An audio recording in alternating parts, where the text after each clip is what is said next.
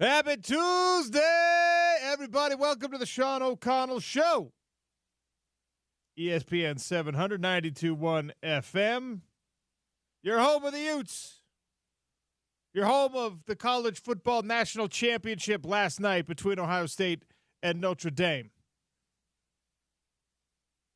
Your home of the NFL playoffs coming up this weekend, AFC and NFC championship games. You'll hear Super Bowl 59 right here on these airwaves as well. Glad to be with you today.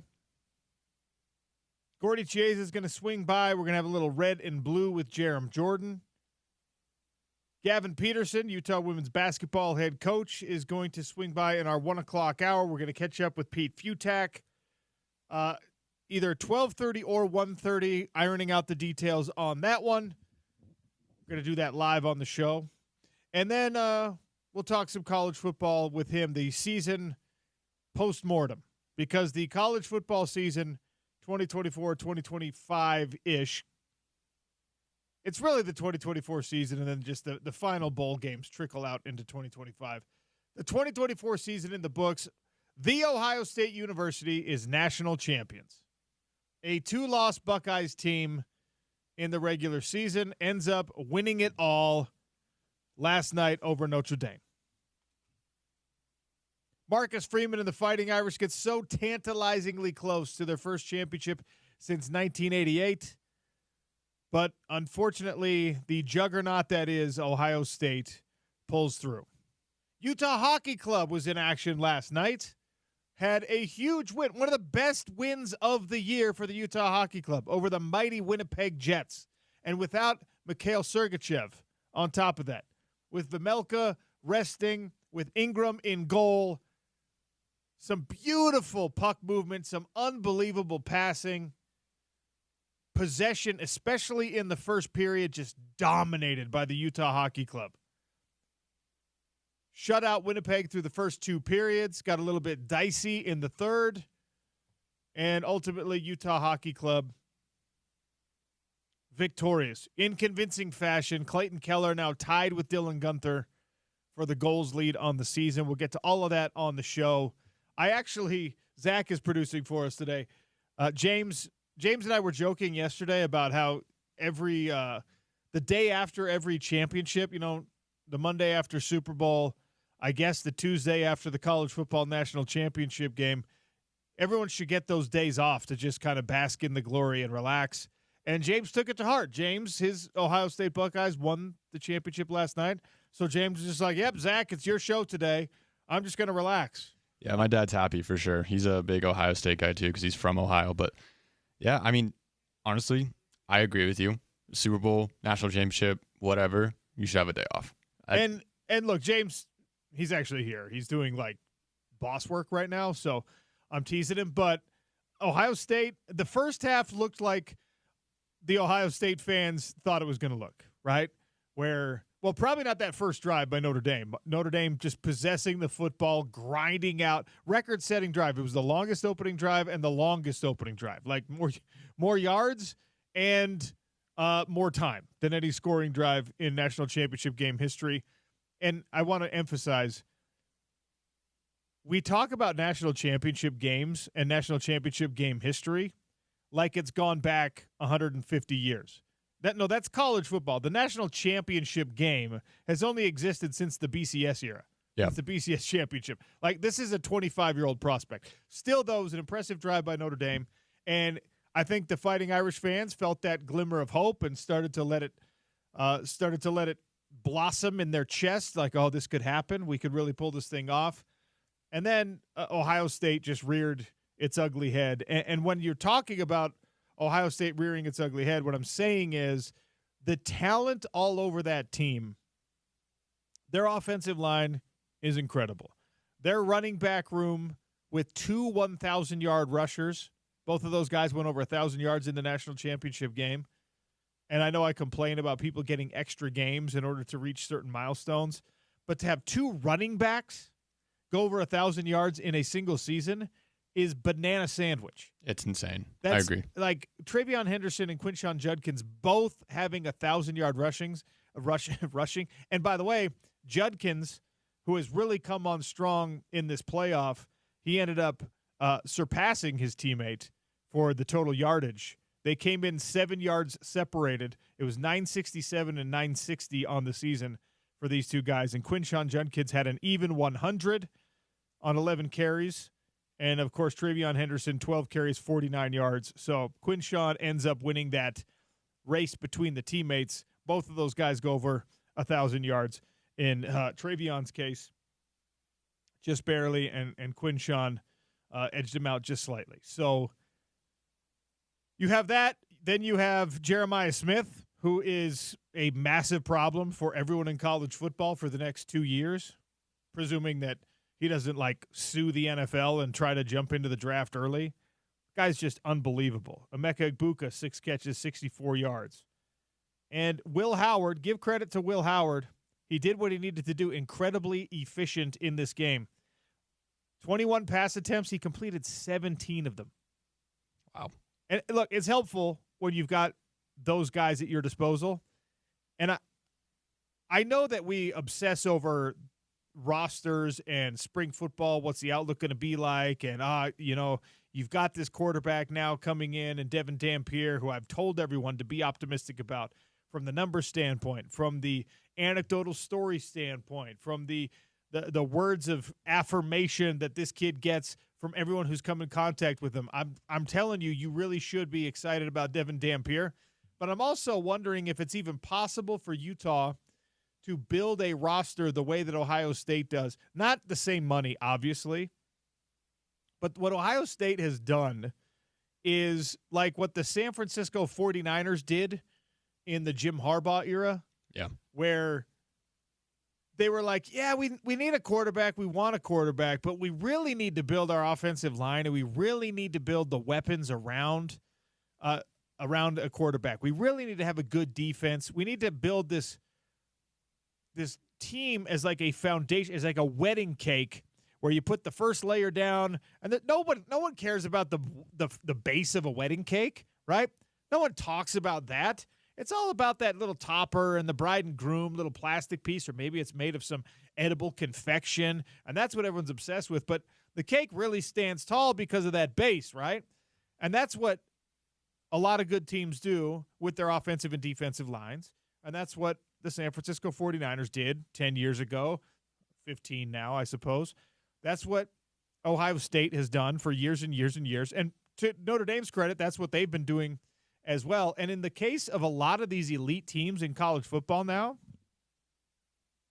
I mean, find me a team that's like at the top of the heap. Find me a team that is going to finish this year in the top 10 who doesn't have it built like that, where the quarterback is just a little cherry on top, and in most cases is a transfer player. In a lot of these cases is a guy that they were like, look, man, we have the running back room, we have the offensive line, we have a defense now that's capable of being top 10 in the country. In the case of Notre Dame and Ohio State, scoring off for a national championship last night, the number 1 and number 2 defense in all the land. And both of these teams had high-quality quarterbacks that came from, quote-unquote, lesser programs and suddenly were the beneficiaries of elite talent all around them. I think that there might be kind of an upside-down prospect in the lower levels of college football right now. I shouldn't say lower levels. Even on the Power 4 level of college football, but the lower-tier programs, and I'm not saying low tier, I'm saying lower than Notre Dame and Ohio State, lower than Oregon, lower than the biggest spenders of all, where there's a lot of teams right now who are like, gosh, we got to get this elite quarterback, and we're going to build a roster around him. I think what Ohio State, Oregon, Michigan, what all these teams can do that nobody else seemingly can and probably doesn't have the funds to do, you build an elite roster, and then you bring in a quarterback to benefit from it. I don't know if Utah can do that. I hope so. Right now, Utah is like, you have a super high-quality roster, but you're hoping that the quarterback is the driving force behind what makes your season great, behind what chases a championship for you. I love that idea until I see what Ohio State and Notre Dame and all these other teams, and Oregon did this year. Yeah. Where they said, you know what? We're just going to steal somebody else's Devin Dampier. We're going to steal somebody else's Cam Rising. We're going to steal somebody else's Riley Leonard, somebody else's Will Howard, because when you put that guy who's already really good at Duke, that guy who's already really good at Kansas State, that dude who looked awesome when he was at Washington State in the case of Cam Ward, I'm gonna splash him into a room where he's surrounded by talent that is not going to stress him out, that is going to be at his level or even above his level in the case of some of these guys that Ohio State's got. And we're going to see what Will Howard can do when all he has to do is just put the ball out there, don't make mistakes. Let Jeremiah Smith do the work. Will Howard, you just be like, give me like a 91-mile-an-hour fastball, all right? Just put it in the zone and watch what happens. And that's what Ohio State is. And in college football, I mean, look, in the NFL, there's probably examples of both kinds of roster building. So in college football, I think that's the right way now. In college football, I think you have to like have that $30 million payroll and just build from the bottom up and then steal somebody else's quarterback. That's what the elite programs in the country are doing. And credit to Marcus Freeman, credit to Ryan Day. You still got to coach him up. Credit to Dan Lanning for having a great season and not yet getting all the way over that hump. And you're going to find that Ryan Day is the beneficiary of a level of experience that Marcus Freeman is not, where unfortunately for Ryan Day, he has been down the road of almost greatness many, many times before. And that's part of the reason why the conversation around him is so unfriendly. This shakes that monkey off his back temporarily. You know that old gag where you've got like some industrial type business or building and it says we've gone however many days without accident? Yeah. We've gone 1,700 days in a row without accident. Ohio State needs to have that, a calendar like that, but we've gone this many days without somebody asking for Ryan Day to be fired. They'll only get up to like 60. But Ryan Day right now gets to sit. He gets to put that calendar out there. We've gone one day without someone asking for me to be fired because he won it all. He won the national championship. And I'm looking at a graphic right now on ESPN. He's got the third highest win percentage of a head coach with a minimum of 50 FBS games. Walter Camp and Newt Rockne are the only guys with a better win percentage as a head coach than Ryan Day. And we still talk about that guy as like a maybe. Yeah. But he won a national championship, so that could potentially change the narrative around Ryan Day. I heard Dan Patrick and company making a good point about this. Ryan Day, if it wasn't for an expanded college football playoff format, Ryan Day doesn't even have this job today. If this was a 4-team college football playoff, and his season had ended with a loss against a substandard Michigan team in a rivalry game when he was supposed to be capable of exactly this, and he proved to us eventually that he was capable of exactly this, nobody loves the current 12-team college football playoff format more than Ryan Day. Yeah, and then it saved his job. He would have been fired after the Michigan game if there was no light at the end of the tunnel, if there was no, hey, well, we'll see what happens in the playoff this year, if there was no run through Tennessee and company. Like, this guy, if it were 2023, heading into the college football playoff, where Ohio State has eliminated itself by losing to its rival Michigan, Ryan Day, your national championship head coach, is unemployed. 1 year removed. That is how significant the changes in college football that we are watching unfold are. The format change saved this man's job and allowed him to win a national championship. There are no two things that could be further on the opposite end of the college football coaching spectrum than fired, disgraced, lost to your rival. Now, look, he would have been hired immediately somewhere else. He would have got a great job somewhere else. but Ohio State would have said, oh my gosh, this guy, he never got us to where we wanted him. If this happened in 2023, you fast forward a year ahead, and he is holding the trophy. He gets to do that thing that every college football coach and their agent do, where you walk into the athletic director's office and say, you now get to make me the highest paid coach in all of college football. That is what's going to happen. I just won you the national championship.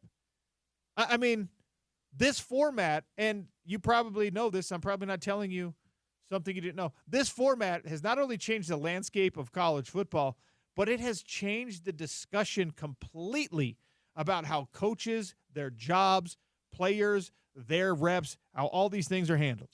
Everything is different now. 12-team playoff changes everything. Wow. Good for Ryan Day. Back to a point I was making earlier about the 2 1,000-yard rushers, both at running back. We went on air yesterday, and I was optimistic about Notre Dame's chances. And they certainly made it a game. I have no idea why Marcus Freeman. I guess it's because he's not that deep into his run as a head coach, and he's 39 years old. And like I said, he doesn't have the benefit of almost greatness several years in a row like Ryan Day does to learn from mistakes. He's down 16 with 10 minutes left, and he kicks a field goal to try to go down 13. And even listening to his explanation post-game, you could tell he was just like, I think I was making the right decision. I know it was still down 2 scores, but it's easier to get 13 than it is to get 16. And I was like, dude, you didn't have time against this Ohio State team. You don't have time to go back and get 2 more scores after this with 10 minutes left and expect that your defense is going to hold up twice in a row or 3 times in a row in that effort. Like it was a gaffe that ended up not really making a huge difference in the game because Ohio State did what it needed to do. But it just highlights the way that these coaches, everything matters so much to the way that we view them and the discussion points about their career moving forward. Marcus Freeman is fine and beloved and happy and wonderful.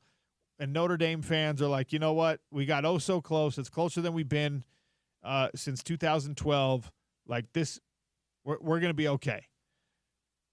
But Marcus Freeman has to go back and justify, if he gets here again, he has to go back and justify whatever the next controversial 4th down call is, or whatever hey, I'm going to use this timeout here and not later. He's got to be able to justify that against the backdrop of people being like, maybe in crunch time you don't make the best decisions. Bothered by that, because I think he's an incredible coach and he's a great leader and he's done wonderful things for this Notre Dame program, but that was a dumb decision. It was. And even though ultimately it didn't change the landscape of the game and change the result of the game, it alters the way that people think about you when it matters. And that is why Ryan Day is so relieved today that this format came into place, because that everyone was making those decisions about Ryan Day in their own head before he even had a chance to kick this game off. Everyone's been asking that question about Ryan Day. Is he the right guy to manage a hyper-talented roster? People have been begging that question for years with Ryan Day, and he finally got to answer it. He finally got to shut up the critics temporarily and for now. Ohio State, 2,000-yard rushers at the running back position. Ohio State, a much better team against the run than Notre Dame was, stifled the Notre Dame run. They only had like 50 yards in the game rushing. Jeremiah Love was banged up. They were trying to use Riley Leonard and his legs more than, because you don't have to protect the guy when it's the last game of the season. And Ohio State, ultimately, their defense, incredibly loaded, just was better. And we went over the numbers heading into this game, despite my optimism, and talked about, number 1 scoring defense, number 2 scoring defense, number 1 total defense, number 3 total defense. It was the number 1 passing offense in the country versus the number 2 passing offense in the country. And the disparity in this game played out, and it doesn't always, but it played out on paper the way that I was afraid that it might, where Ohio State is really good at stopping the run and Notre Dame is not great at stopping the run. 41st in the country this year. They gave up 133 yards a game, and obviously Ohio State had more than that on the ground. 214 yards, 100 for Quinshon Judkins. Zach, you ready for a little trivia question? Down. Hint, hint. This might come up later in the show when we're giving away prizes and things like that. How many teams in college football this year do you think had 2 1,000 yards rushers? How many do you think there were? Maybe 4, maybe 5. I should say in FBS football. Okay, in FBS football, I'll let you take a crack at it. Division I football, as we traditionally call it. How many teams had 2 1,000-yard rushers? Ohio State is 1. Yeah. Maybe like 3, 4. There were 3. Wow. Again, save this for later. Take this to the water cooler at work. Ohio State had 2 1,000-yard rushers and is the only team in college football this year at the highest level that had 2,000-yard rushers that both played the running back position. Ohio State had 2 Mekhi Bernards. Wow. That's crazy to think about. I mean, imagine if you had taken Mekhi Bernard out of the Utah offense in a year that was already so bad. What would have happened to that offense?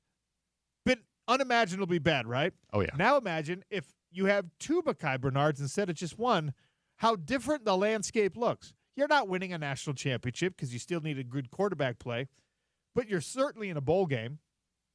You're probably, because of how good your defense was most of the year, you're probably contending for a Big 12 championship. If you have 2 Mekhi Bernards, they had 2 Mekhi Bernards.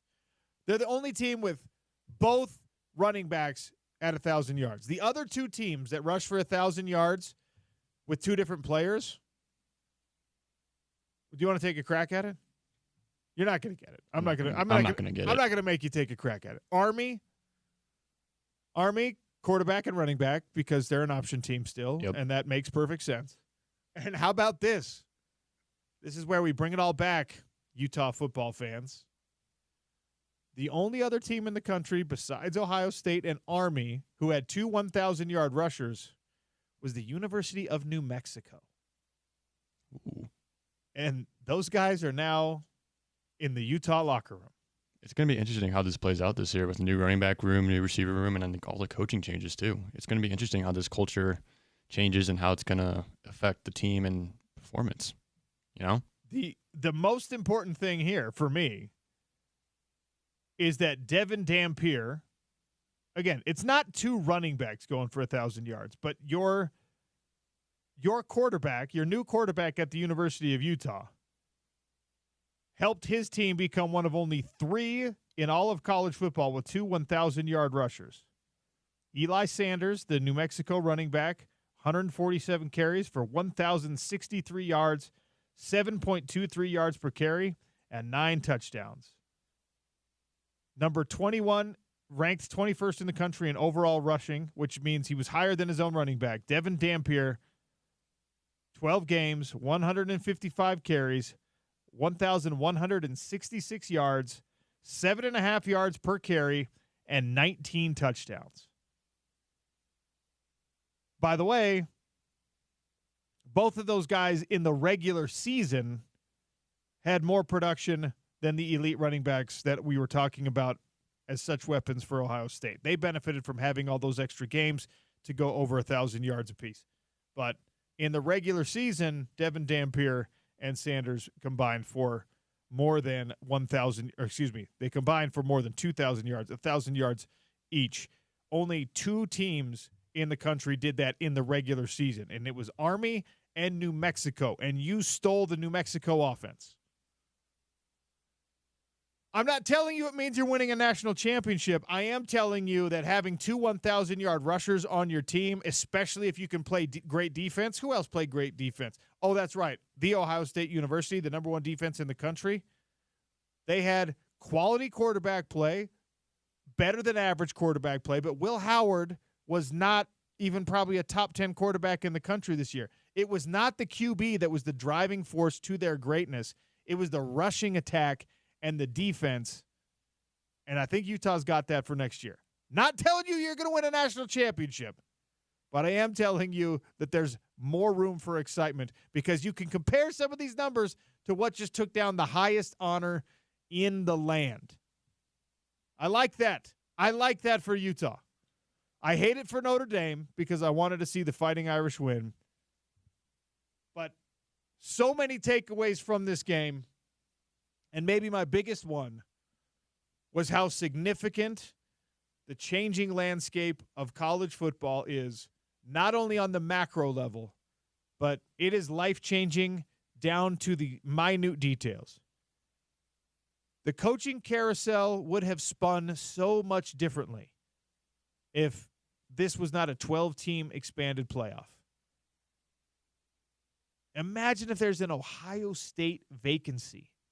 That is one of the top 5 jobs in all of college football.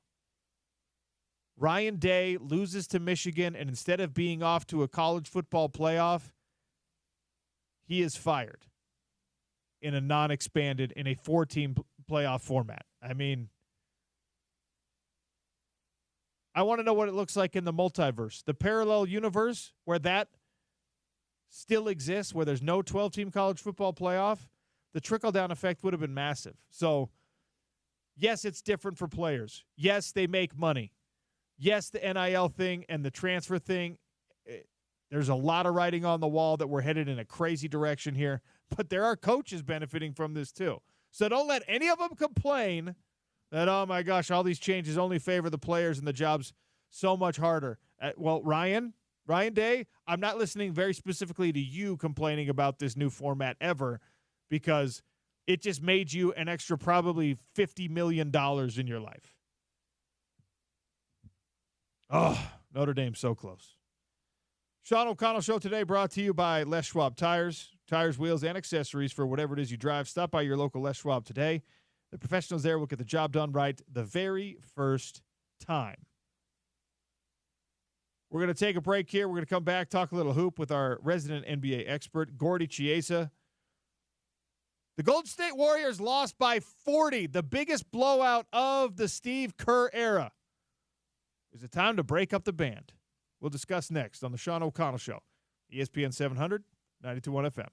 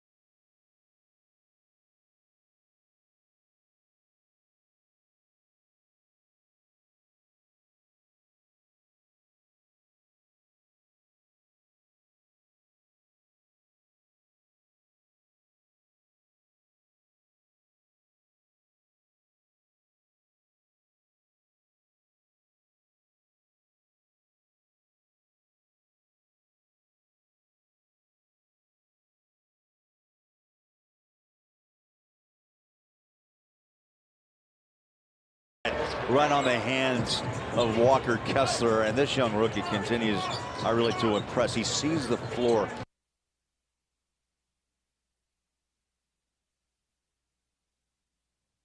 Little highlight there. Isaiah Collier with a smooth pass to Walker Kessler for a dunk. 123-119 overtime loss to the Pelicans in New Orleans, courtesy of Smith Entertainment Group. Craig Bowler-Jack on the call. Collier, 20 points, 11 assists in the game. That's 3 in a row with 10 assists or more. We'll talk about Isaiah Collier, Walker Kessler, the youth movement for this Utah Jazz team, with Gordy Chiesa, our resident NBA expert and friend of the program. Gordy, welcome. How are you? Oh, see, I'm doing fine. And so is Isaiah Collier. And add to that, he's what we call early eyes, is that when he penetrates, he is better. And there was a drop-off pass to Kessler, which the promo said will kick it out to the corner to Keontae George or Sensabaugh for the jump shot. And he's really an interesting guy. He's really big as far as his size. So a lot of times when he penetrates, and really a bird's eye view of who's open in the lane. Last point about that is that he to record double digits assists in 3 straight games. Sorry, Gordy. Gordy, I don't mean to interrupt you. We're having some connection issues. Zach, maybe hang it up, dial him back up. We'll get Gordy back on here in just a second, figure out what the technical difficulty going on is. But look, we know the score with this Utah Jazz team, right? You're looking for the bright spots. And one of the bright spots, counterintuitively, is knowing that you have young players with high upside who are not yet ready to deliver you big-time wins. Even against a lowly team like the Pelicans, Jazz have now lost 3 in a row, and this is where it's getting exciting, folks. The race to the bottom, you're quickening your pace a little bit. Right now, Utah Jazz with the 3rd best draft lottery odds. So the loss to the Pelicans, it allows you to double dip because, of course, the Pelicans are down there vying with that for that same kind of territory. So a good loss for the Jazz, if it's okay to say those things when you're talking about professional sports. Gordy Chiesa is back. We hopefully have the bugs worked out. Gordy, sorry, continue your point about Isaiah Collier, please. Forget that Stockton on his first 2 years in the NBA. It's hard to imagine. A lot of times in these rookie records as far as Jazz, look about Stockton wasn't a starter until his 3rd year when Ricky Green was the original starter and John played all 82 games but did not start. So Collier just shows you his value to the Jazz, and he goes forward. He's probably the point guard of the future, OC. Now the question is, Keontae George, is he good enough to play off the ball and be a knockdown?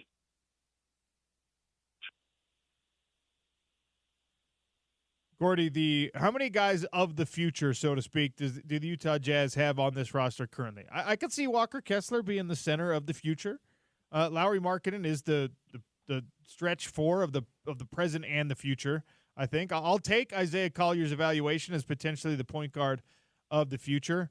Is that it, or is there anyone else who's the fill in the blank of the future on the roster at this moment?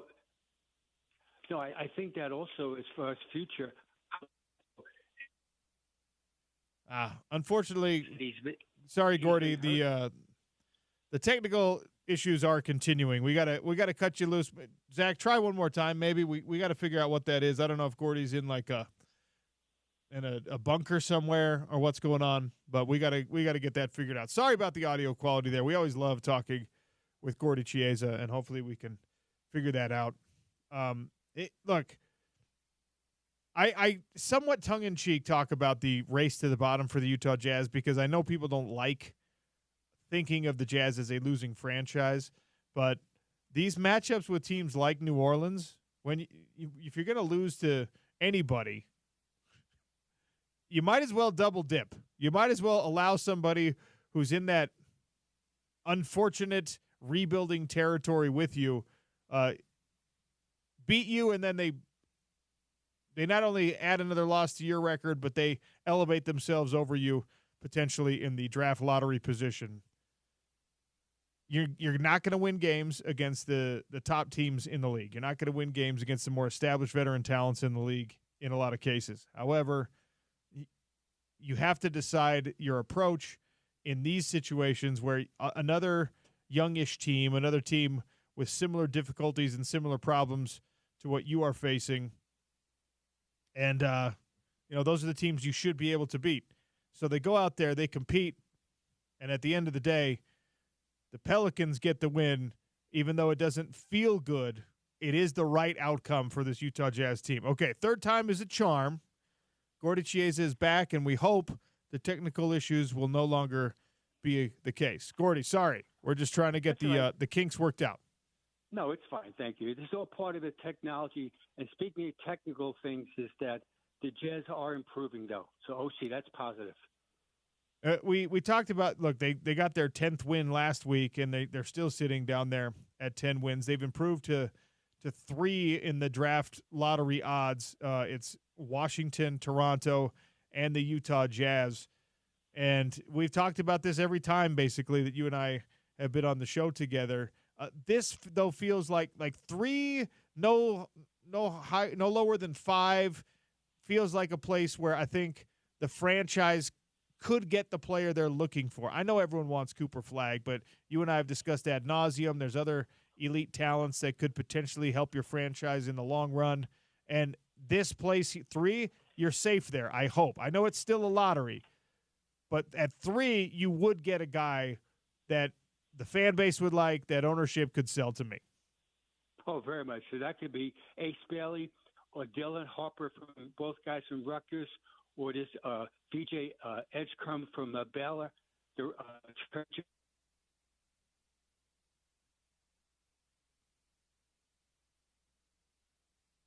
Yeah, I don't know what it is. Sorry, Gordy. We can't hear you again. So, Zach, we're just going to cut that one. That's unfortunate. Love Gordy Chiesa.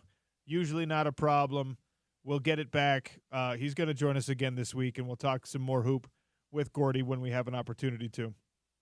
I did want to ask him about the Golden State Warriors and the worst home loss in the history of Steve Kerr's tenure with Golden State. They have now dropped to 500, and Golden State is not necessarily trending in the direction a lot of people want them to. The results like this, and look, it's the Boston Celtics, so take it with a grain of salt, I suppose. They were coming off back-to-back wins over the Timberwolves on the road and against the Wizards at home, the Warriors were. Now they're up next with the Kings, the Sacramento Kings team that has this kind of like this big brother, little brother relationship with the Golden State Warriors, right? Sacramento, for those of you who've been around the Bay Area or understand some of the Bay Area dynamics, a lot of you probably do even better than I do, but like Sacramento is that stepchild that's out there. It's close, right? And it's Northern California, so there's some brotherhood, but it's like we're often overlooked because all the good stuff is in San Francisco. All the good stuff is in Oakland. All the good stuff is in Palo Alto and Silicon Valley. And Sacramento has the Kings, right? They've got the Kings out there, and now they stole the Oakland A's, at least temporarily, which gives Sacramento another feather in its cap. But while the Warriors were having their glory days and their dynastic run, there were folks an hour away in Sacramento being like, just wait until we get what we got in the pipeline. Just wait till we develop what we have. And, their ownership group has finally, I think, committed to the things you need to commit to: paying players, retaining players, keeping them in town in a league where, the taxation situation in California is not friendly to players. And oftentimes, if they're not winning, they want to go. If you're not winning in the state of California, you want to go somewhere else, right? And you don't want to be in Sacramento when you're in California. You want to be in L.A. or you want to be in the Bay. Now the Kings have this thing. They're a higher-ranked team. They're higher in the standings than the Golden State Warriors. Their future is brighter with some young talents on the roster, and they will give the Warriors their best shot every single time they match up. That's what's next for the Warriors, so they're going to be looking for a bounce-back win over a Sacramento Kings team that has like this inborn hatred of what the Warriors represent in the last few years. And the conversation has begun about whether or not it's time to kind of blow it up and start over in Golden State. They were asking this question on the Dan Patrick Show this morning, whether or not you try to acquire LeBron James to bring him to the Bay, or whether or not you want to, send Steph Curry elsewhere. The answer to that one is an absolute no. You cannot send Steph Curry away. You have to do what the LA Lakers did with Kobe in his final years. You have to do what who else has done this? You have to do what Miami did with Dwayne Wade. You have to accept the fact that that face of your franchise is exactly that, and moving from him is going to alienate a massive portion of your fan base.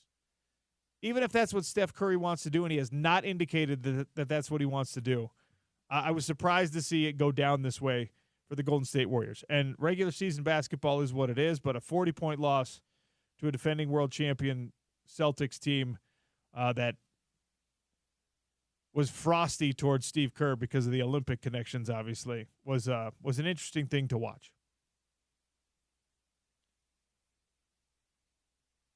All right, coming up in the Hot Lunch, we'll talk about Utah Hockey Club's victory last night, beating the best team in the West without, arguably, their best player. Some more thoughts on the national championship game in the Hot Lunch as well. You're listening to the Sean O'Connell Show on ESPN 700 and 92.1 FM.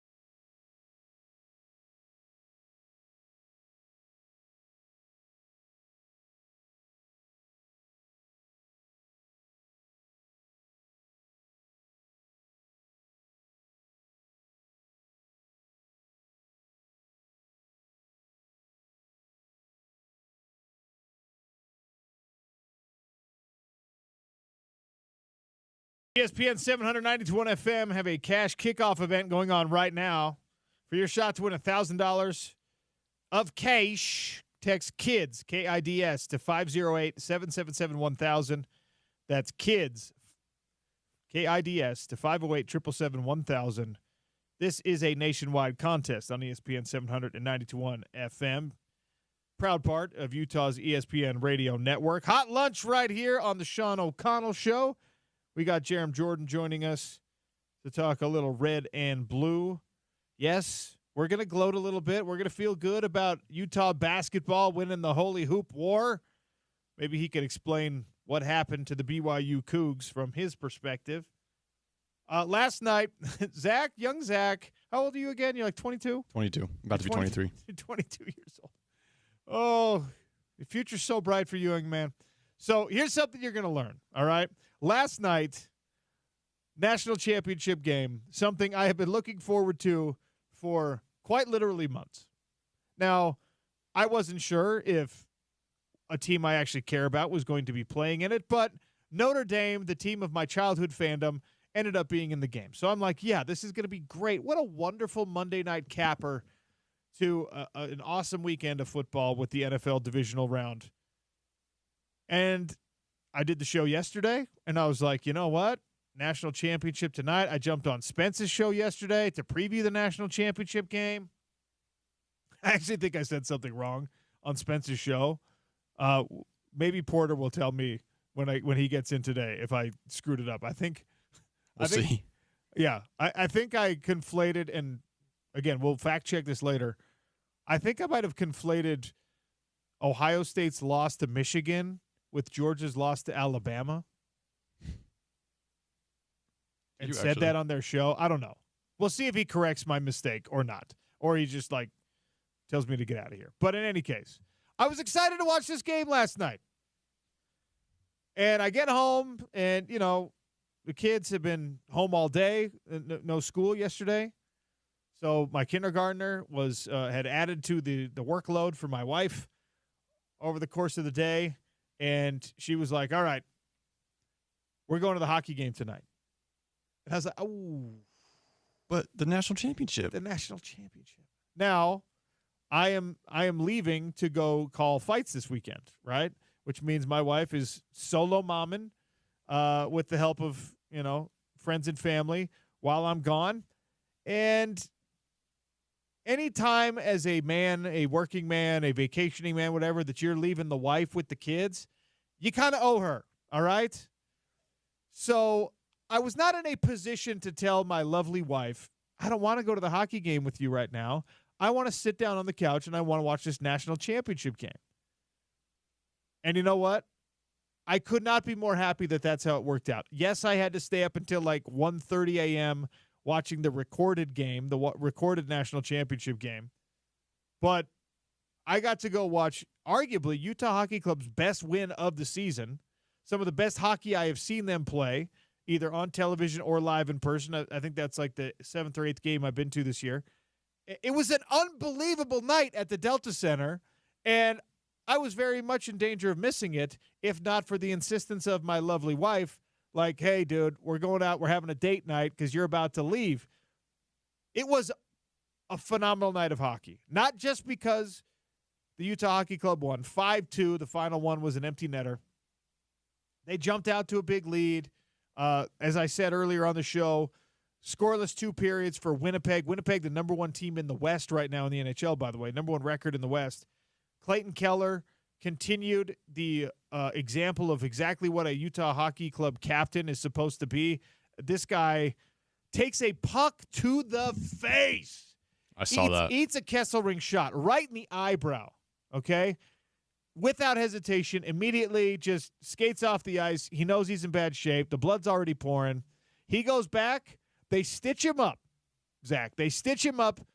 He just comes right back out onto the ice, tells Coach Bear, I'm good to go. His first shift jumps back onto the ice. This is 20 minutes of real time. Mm-hmm. Getting hit in the face, going back in the locker room, probably had to do some kind of hey, can you see? I don't know if they do a concussion protocol or whatever. The NHL is not super clear when it comes to head injuries. But obviously he gets cleared. He comes back out. Boom! Right out first thing on the ice, part of a scoring play. Screens off the goalie, Oli Mata, long shot, Keller with another point. That's your captain. With blood crusted on his eyebrow, stitches, 12 fresh stitches, messing with the hair of that eyebrow, and his boyishly handsome face, the dude just gets back out there and does his thing. Unbelievable example of why grit in hockey is just something different than in most pro sports. Look, people don't like when you compare hockey players to football players. That is something, first of all, the NFL will not allow that to happen. They'd just be like, no. You're gonna take your helmet away from you. We're gonna spend 45 minutes evaluating whether or not you're concussed. We're gonna make sure that there's no visible blood on you before we let you get back out on the ice. In the NHL, your head coach sits down postgame. It's just like, that was crazy, huh? Wasn't that cool how he just jumped right back out on the ice and helped us score a goal? Yeah. Phenomenal. Ingram was great in goal, and perhaps the most important and the most exciting takeaway from an otherwise phenomenal game, they have something now. You know when you go to a baseball game and you get the little miniature helmet, the little miniature batting helmet full of ice cream? Yeah, or like nachos or whatever. Or nachos, Dippin' Dots, whatever. Yeah.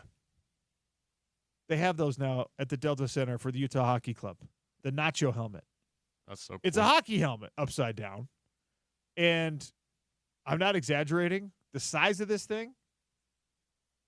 Now, stadium food has gotten a lot better than when I was like a kid, right? Mm-hmm. These brisket nachos that they threw in to that hockey helmet were phenomenal. Unbelievable. Now, the price point is not exactly the Smith Entertainment Group's like the family-friendly, concessions. It doesn't fit into that category, okay? You're paying for the souvenir helmet. You're paying for the mountain of nachos. And I am the cheapest dude you know. Worth it. It was, you want to talk about a hot lunch? It was dinner time.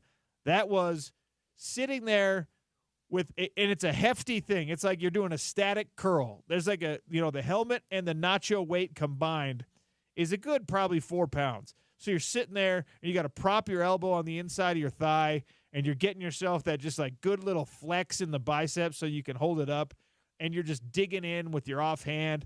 Yes, there's that nacho cheese you got to lick off occasionally. It's probably not the best look. There's also barbecue sauce in there, which nobody does this, all right? Nobody does enough barbecue and Mexican fusion. There's not enough of it. I shouldn't say nobody does it, but there's not enough of it.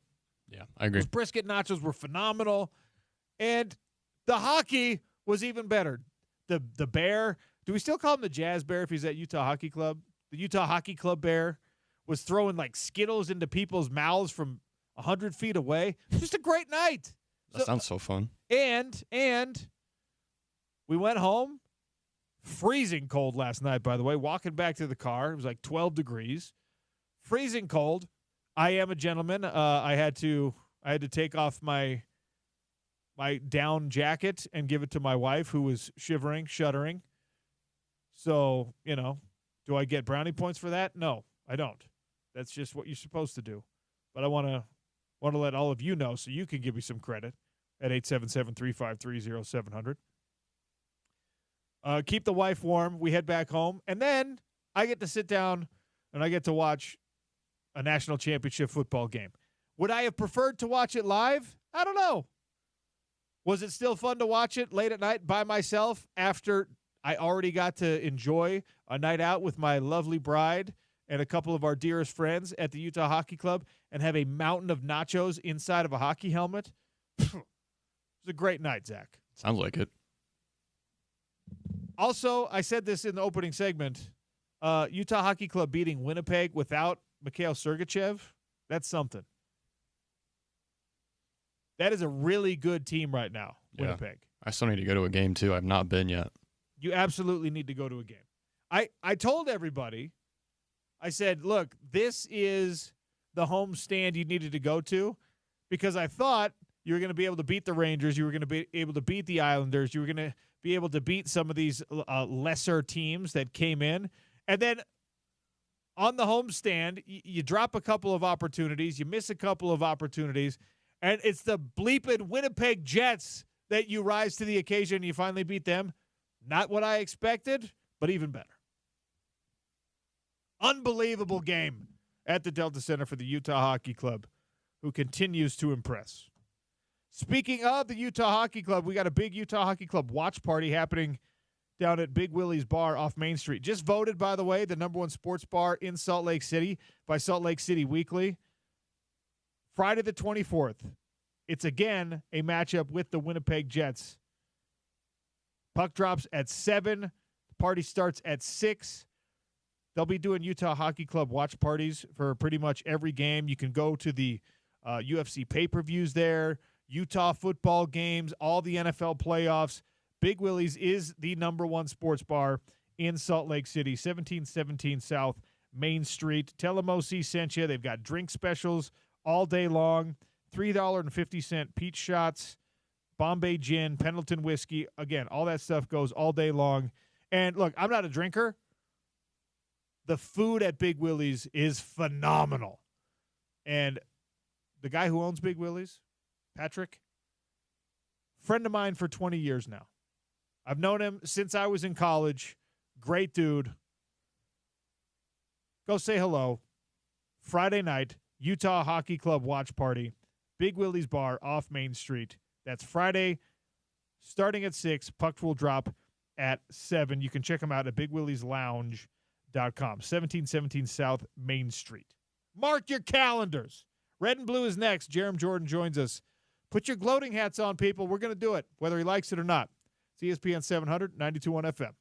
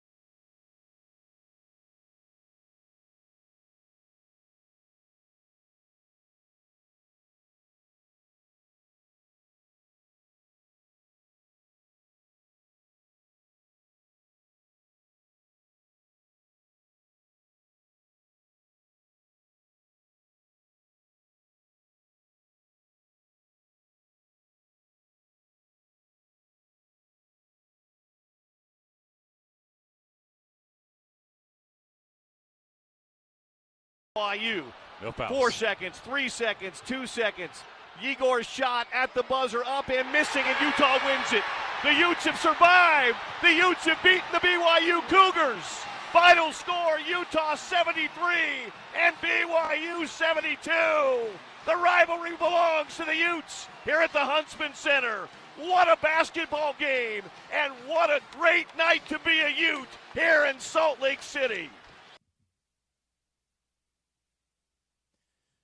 That was the final call of the Runnin' Utes 73-72 overtime win over BYU from last Saturday. That sound courtesy of Utah Sports Radio Network. Of course, Bill Riley, the voice of the Utes, on the call. Next action for the Runnin' Utes on the road tomorrow against number 7 Houston. Woo! 3:30 pregame, 4 p.m. tip. Right here on the home of the Utes, ESPN 700 and 92.1 FM. Proud part of Utah's ESPN Radio Network.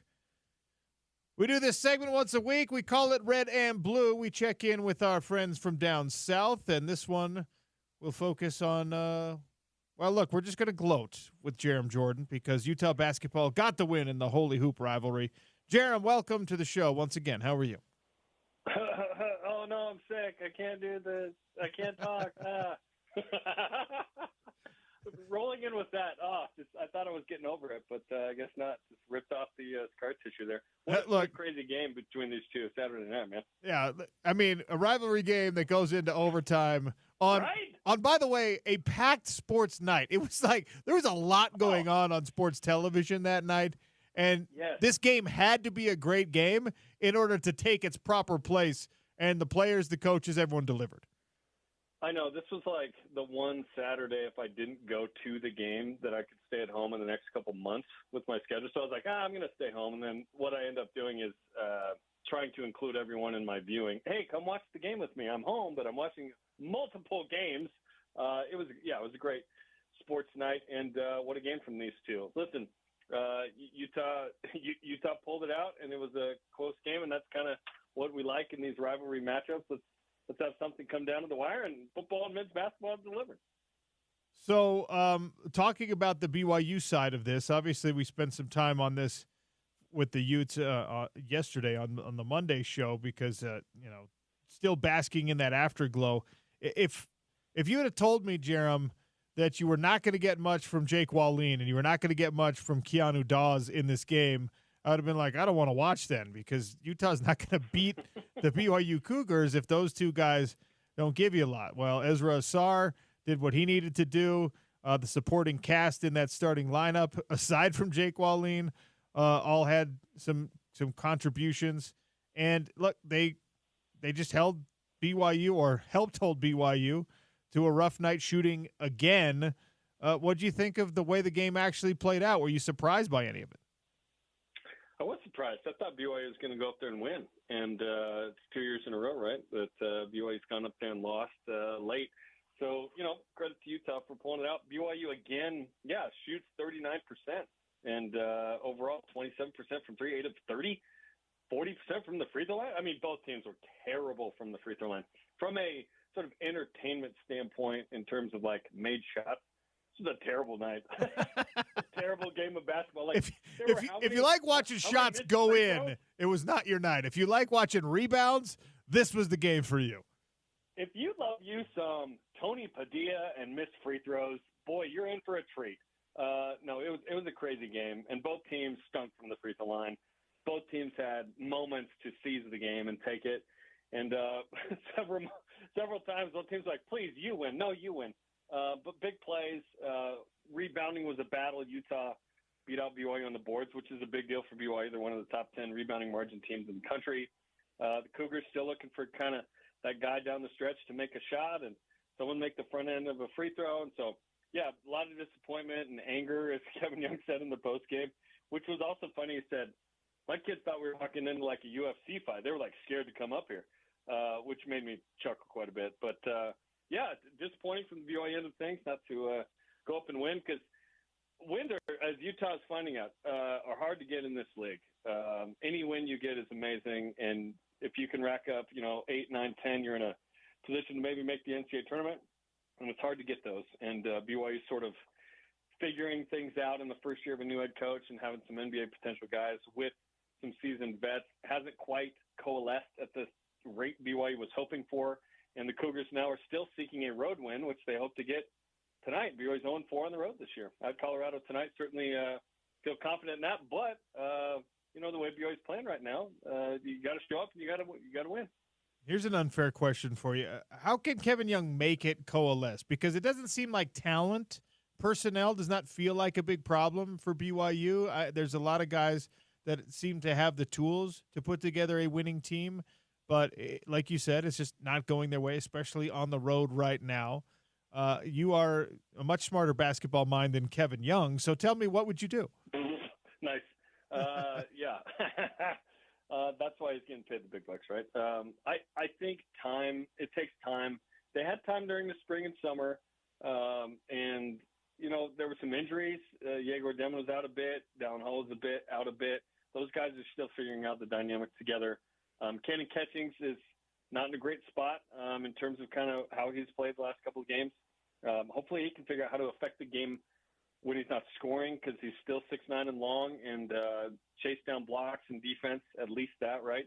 Kei Bakeda had 7 shots. Normally he hits 4 or 5 of them. He made 2 of them. It's just taking a sec. And are there schematic changes that need to be occur? Are there lineup changes? BYU's been tweaking the last couple of weeks, trying to find the right combinations of things. And so that process is still ongoing. And I honestly, even if BYU wins by like 20 tonight, it's not quote unquote figured out. BYU's got Cincinnati Saturday. I expect BYU to win both this week. Then you have Baylor next Tuesday. If you beat Baylor and you win 3 in a row, now you could feel like, okay, I think we're starting to figure some things out. Because in league, BYU's 2 wins are against teams they should have beaten in Oklahoma State and Arizona State at home. And on paper, you would say, well, BYU probably should have won at Utah. But, hey, they did not. So you need to win at Colorado, and you need to figure some stuff out quick. BYU brought back a nice core. The last week or two, they've started to lean on that core of Dallin Hall, Richie Saunders, Trevin Nell, Foose, Dawson Baker a little more. Can Yegor Demon and Cannon Catchings add, and Kei Bakeda add to that?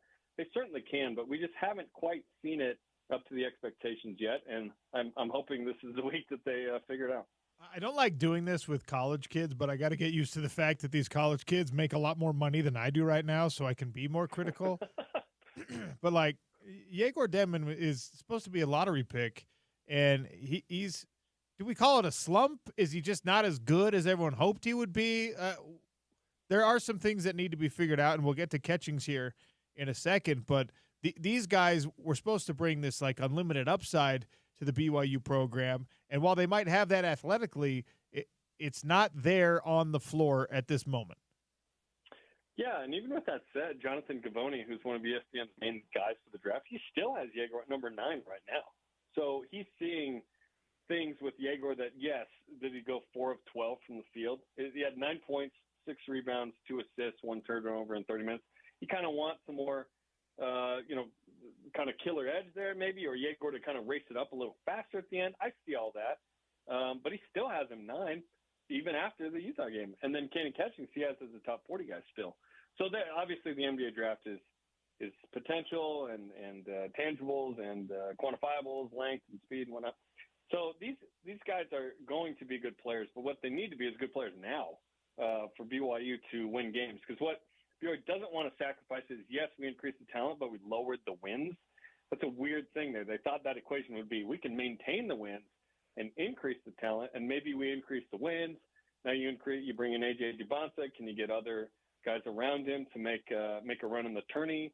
For this team right now, it's like make a run in the tourney isn't even conversation. It's just like make the tourney. And we're talking about the NCAA tournament. NIT would not be good enough. It's never the standard in Provo. So, yeah, I don't have like jack squat answers, dude. I just know that obviously BYU needs to play better, and they have the pieces. That's what's frustrating.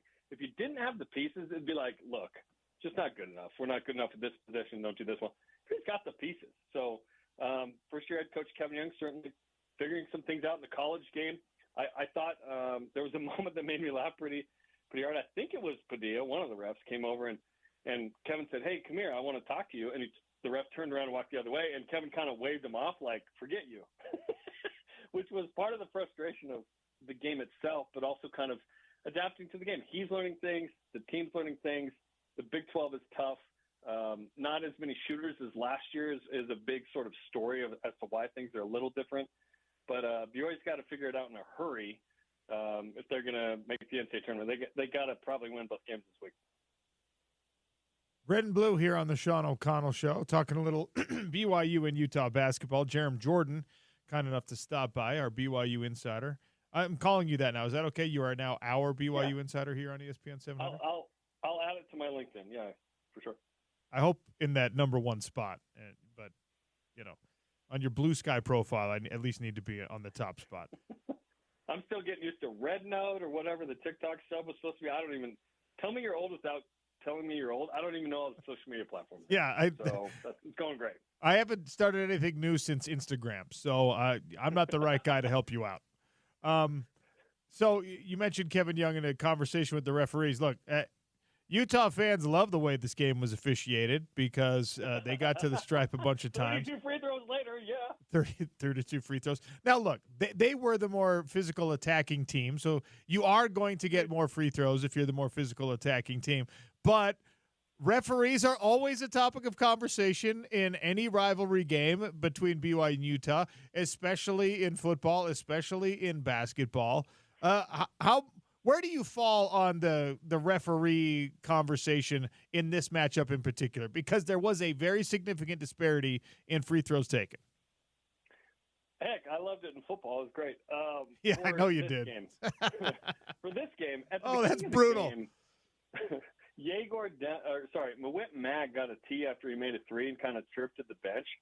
I thought that was super weird. Like, what? We're calling that like 8 seconds into this game? I thought, we want to set the tone. We don't want it to be crazy. You've made it crazier. You kind of started the fire. Like, everybody chirps a little bit when they make a shot in the corner. That was weird to me. Hey, you're right, though. I thought Utah was more physical. They deserved a lot of those free throws. And they got into the bonus, and, they weren't making them, so BYU was fouling on purpose a little more. And they were trying to get certain guys to the line, right? Asar and Lovering. Meanwhile, BYU goes 4 for 10 themselves. So both teams kind of stunk in that regard. But yeah, it is what it is. Like I jokingly brought up at the beginning, but yeah, when the other team shoots 22 more free throws, you're gonna have to make up with it somewhere. And typically you would do that from the 3-point line. BYU made 2 more threes. That was it.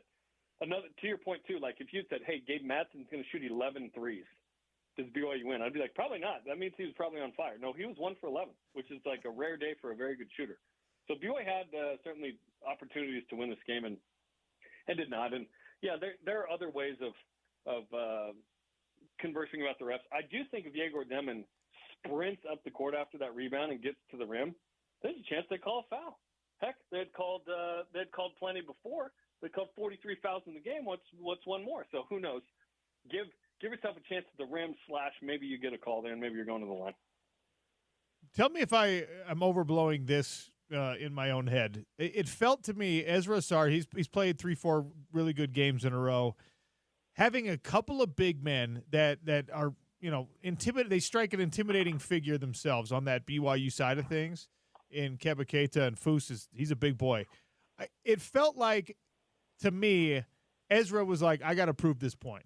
Like, I have to go and not let these guys push me off the spot. I have to have a great game against these other guys that are listed large. I don't think Ezra's actually 6'8", but he's listed at 6'8". I don't think he actually is.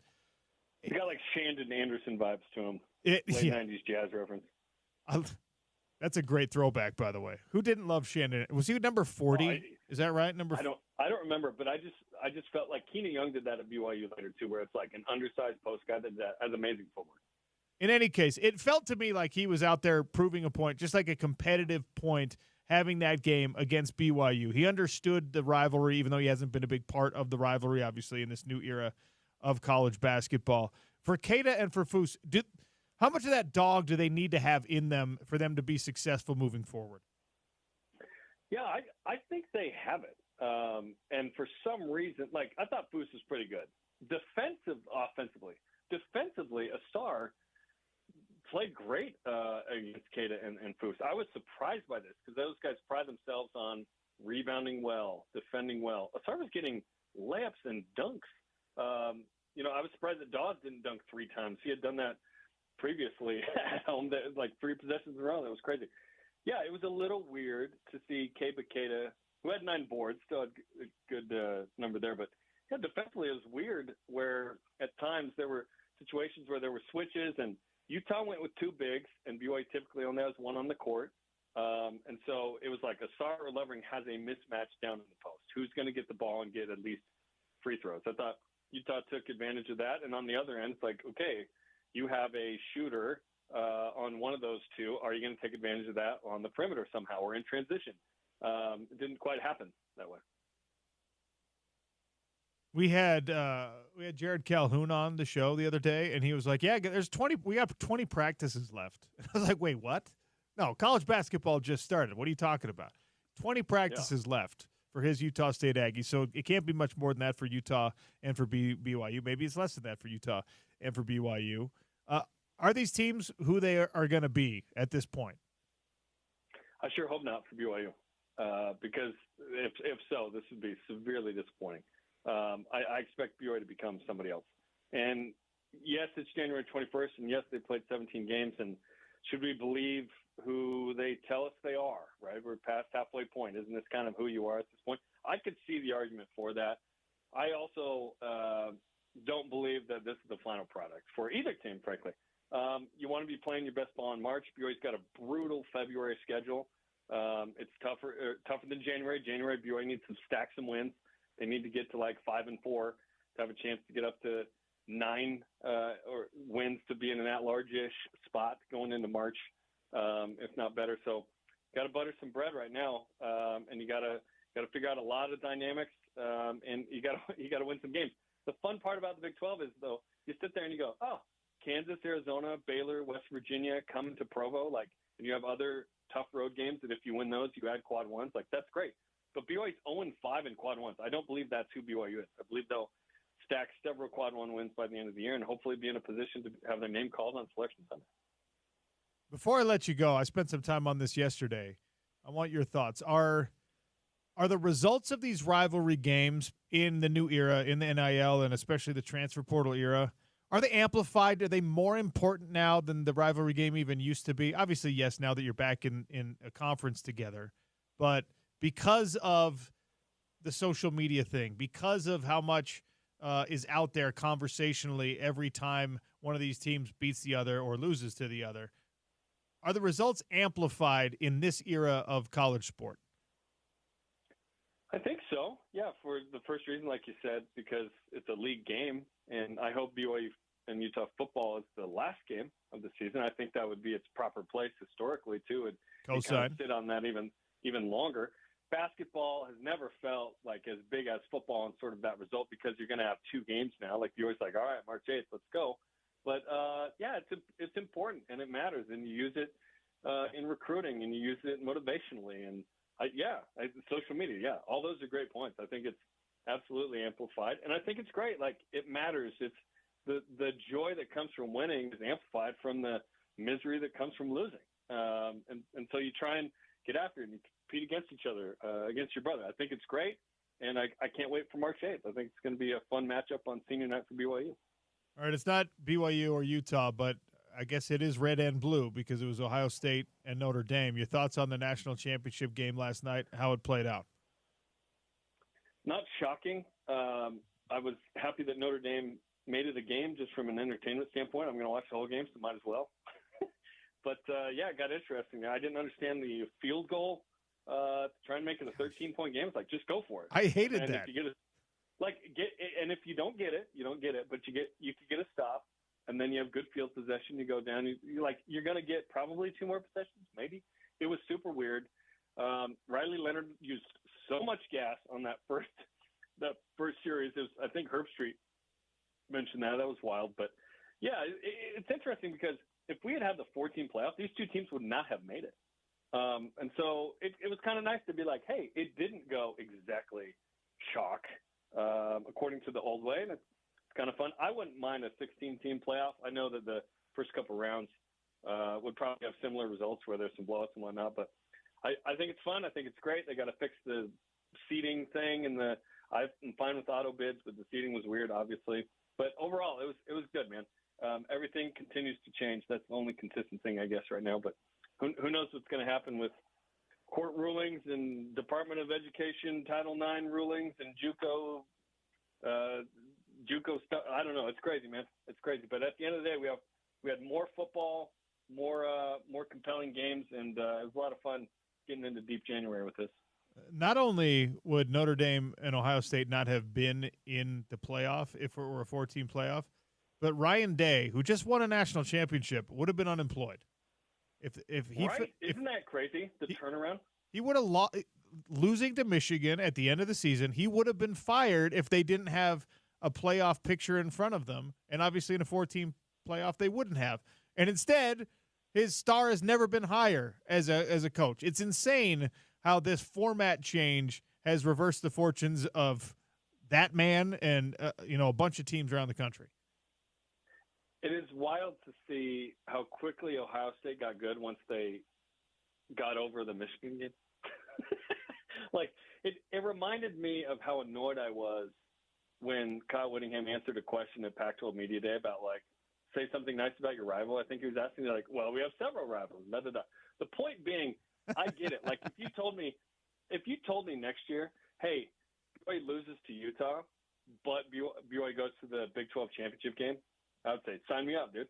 Like, it's bigger than beating your rival. Beating your rival obviously matters. It's fun. It's important. Bragging rights, dot, dot, dot. But going to the playoffs and winning a conference title, those are bigger goals. And BYU hasn't had that as an independent.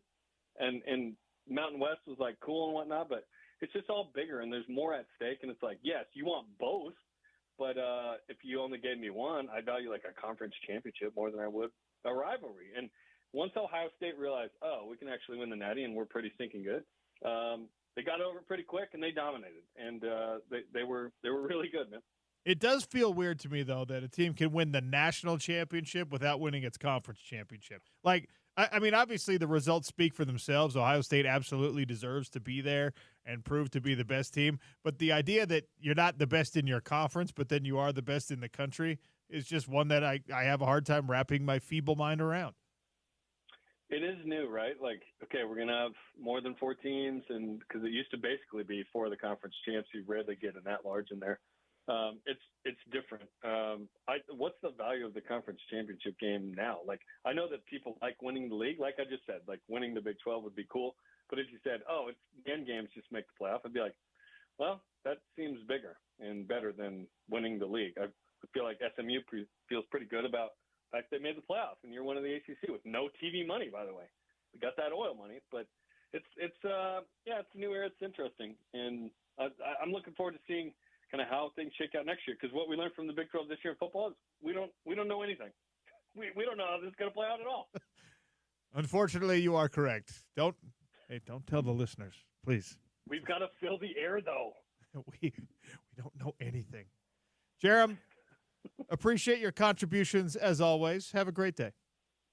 I'm Jerem Jordan, and I don't know anything. Put that on your LinkedIn profile. Oh, great stuff from our Blue Insider on the Red and Blue segment. Jerem Jordan, BYU football, basketball, and all sports down there for the team down south. Big thanks to Jerem for joining us. Part of our Big 12 at noon coverage brought to you by Mountainland Supply. Go to mountainlandsupply.com or visit one of their brick-and-mortar locations.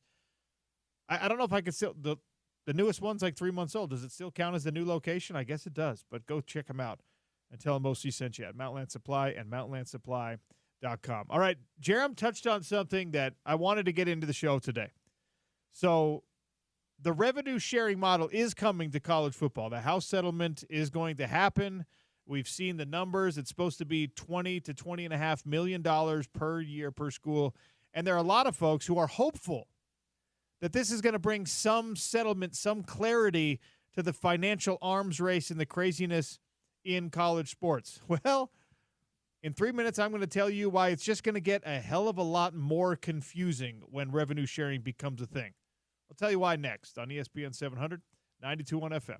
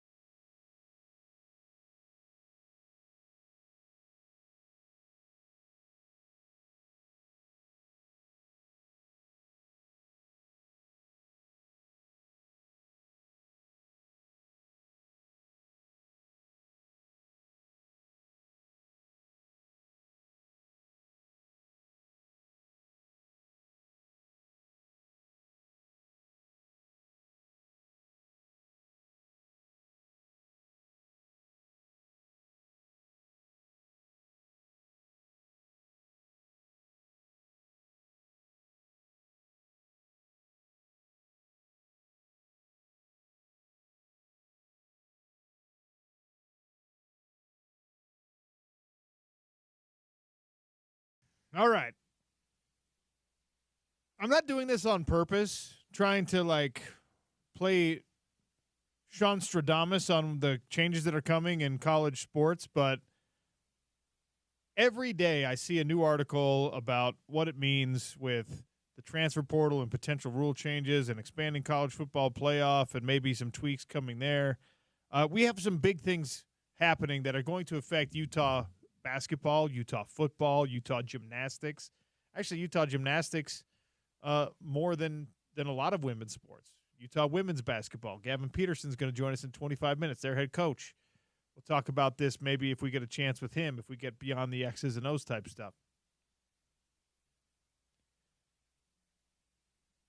The House settlement, the revenue sharing model is supposed to be put in place in, 5 months?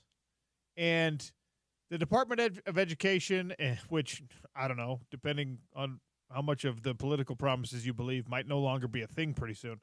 But the guidance, Charlie Baker, the NCAA president, when this happened, whatever it was, 8 months ago, the House settlement announcement, he said, I want to know where Title IX fits into this, all right? And this is what I mean by it's going to get a lot more complicated with the revenue sharing model.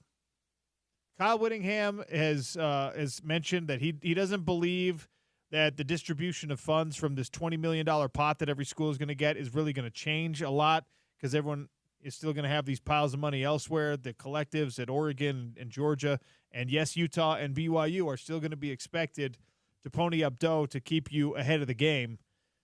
It's not like everyone's just going to be, oh, cool, we got $20 million, which means we can give half of that to the football team. All right, we'll stop paying Bryce Underwood then. The arms race is going to continue. It's just the school gets involved and starts distributing these funds. And the Office of Civil Rights at the Department of Education that oversees some of the Title IX stuff. Right now, all of the advice coming in from the NCAA is that, hey, you're going to have to make this money Title IX compliant because revenue from the school certainly needs to be considered financial aid. And right now, student financial aid under the rules of Title IX has to be equally distributed, equitably distributed between male athletes and female athletes. So here's the two ways that this could pan out, right? You're a football player. You thought that the school was going to directly distribute X amount of dollars to you because you are a member of the largest revenue producing sport and team on campus, right? So you thought 70% of this $20 million, or whatever the number was, 50% of the $20 million was going to come to the football team. And you were going to get your little sliver of that 50%. So you were going to get some piece of $10 million, right? And now, again, all of it needs to be decided. Here's one of the two ways it could figure out. The school comes in and says, actually, no, that $20 million is now definitely split in half. The female student athletes have to get at least half of it. So you're on the football team, and you're like, wait. I thought we collectively were going to get 50%, just the football team, and I was going to get my sliver of that. And they're like, no, you're going to get 50% of the 50%. You're now going to get 25% as a football team. So suddenly your money as a football player gets cut in half, philosophically, potentially, right? That's one of the ways it could work out. What do we know about student athletes now? They have access to agents and lawyers who are very, very happy to give them their services either at a discounted rate or pro bono in order to then take a percentage of whatever you win in these rulings. So you're a football player who thought he was going to get, we'll say, $100,000. And instead they say, no, you're going to get $50,000 because we have to give a women's softball player the $100,000 or the other $50,000 that you thought you were going to get. You're not going to go quietly into the night and just say, yeah, that makes sense, because this is revenue share. And the revenue comes from you and your team, at least in your own head, right, as a football player. So what happens then, Zach? A lawsuit is what happens then. And this settlement gets kicked down the road, and the can gets moved further and rolled away, and the actual distribution of funds gets pushed out further and further and further until we have a decision on whether or not, a real decision on whether or not this is going to be Title IX compliant. The Office of Civil Rights at the NCAA and the Title IX office says, yes, this has to be, we think that this should be equitably distributed between male athletes and female athletes. But that's a toothless organization right now. That's advice. The federal government has to decide whether or not this is Title IX compliant or it isn't. Right. And if that momentum, again, if that happens, then the male athletes are going to say, no, we have done this long enough. Football has footed the bill for soccer, and it's not just women's athletics, by the way. It is the non-revenue producing men's teams. Why am I footing the bill for the swim team, the male swim team? Right? If you have to do it for the female and the male swim team equally, and you get less money because of it, college athletes now are just like pro athletes. They want to maximize their earning potential. So that's one way that it could work out with the male athletes in football and basketball who feel like they're not getting their rightful share of the revenue that they generate for the school. This is why we got NIL in the first place, because athletes were not paid. They were undercompensated for what they were doing. I promise you, there is absolutely no way in hell if this is determined, it has to be an equal split between male athletes and female athletes, that every single male athlete on every single campus in America is just like, that's fine. That's fine. Share it with the swim team. Share it with the women's water polo team. This revenue that comes into the school because of my Clemson football helmet, go ahead and give it to women's cross country and let them over-earn for what they actually bring in. The other alternative for this is, of course, the direct opposite, where it is determined that, hey, this revenue sharing is actually an equitable share of the revenue based on how much revenue you bring in. So football is going to get 90%, basketball is going to get 9%, and the rest of you sports are going to get your split of 1% of the revenue, right? And women's sports, with rare exception, the Red Rocks at the University of Utah being one of those exceptions, women's basketball now getting more attendance, more gear sold, more revenue, but they're not bringing in anywhere near what's coming in at a Saturday at Rice-Eccles Stadium, right? If a ruling is made to determine that, hey, it's not necessary to make this Title IX compliant, then where does the lawsuit come from, Zach? From the women's athletics side. Yep. There's no way that this revenue sharing model is just passed quietly and funds are distributed smoothly and nobody is fighting over their slice of the pie and I want a bigger bite than you get. I'm the football quarterback. Give me what I deserve. There's just nobody is satisfied. That's the thing. It started with the scholarship is not enough money. Then the scholarship and the cost of living adjustment is not enough money. Then the scholarship and the free tutoring and the study hall and the meal plan and the cost of living adjustment is not enough money. And then all of that plus name, image, and likeness opportunities, like actual name, image, and likeness, where I can do a commercial for a car company. That's not enough money. I need the collective to guarantee me a salary, but don't make it binding. And now I also want revenue share from the school, but don't make me share it with the girls. Or the opposite side of that, all right, we're getting revenue share. Well, Title IX applies. The language of Title IX says that any money that comes from a university has to be equitably distributed, which means if Title IX is made to apply to this money, women get half. I agree. And look, I'm a father of 3 daughters. I want for my children, if they choose to be athletes when they grow up, to be paid what they are worth. I want them to be paid more than they're worth. I'm paid more than I'm worth at this stupid radio station, right? I'm not worth anything to these people. They still pay me. Everyone wants to maximize what they can get. I want that for my children. But do I want that at the expense of the folks who actually generated the revenue. Is that what we're going to do with this? This is real money now. This is like your actual future now. We did it with the scholarships. I think that's great. The government stepped in and said, hey, you got to make sure you have enough scholarships for women. If you're going to have all these scholarships for men in their athletics, you got to give some opportunities to women. I think that is the right move. I don't think there are a lot of people out there who don't think so, even though like a lot of schools lost their wrestling program and things like that because of it.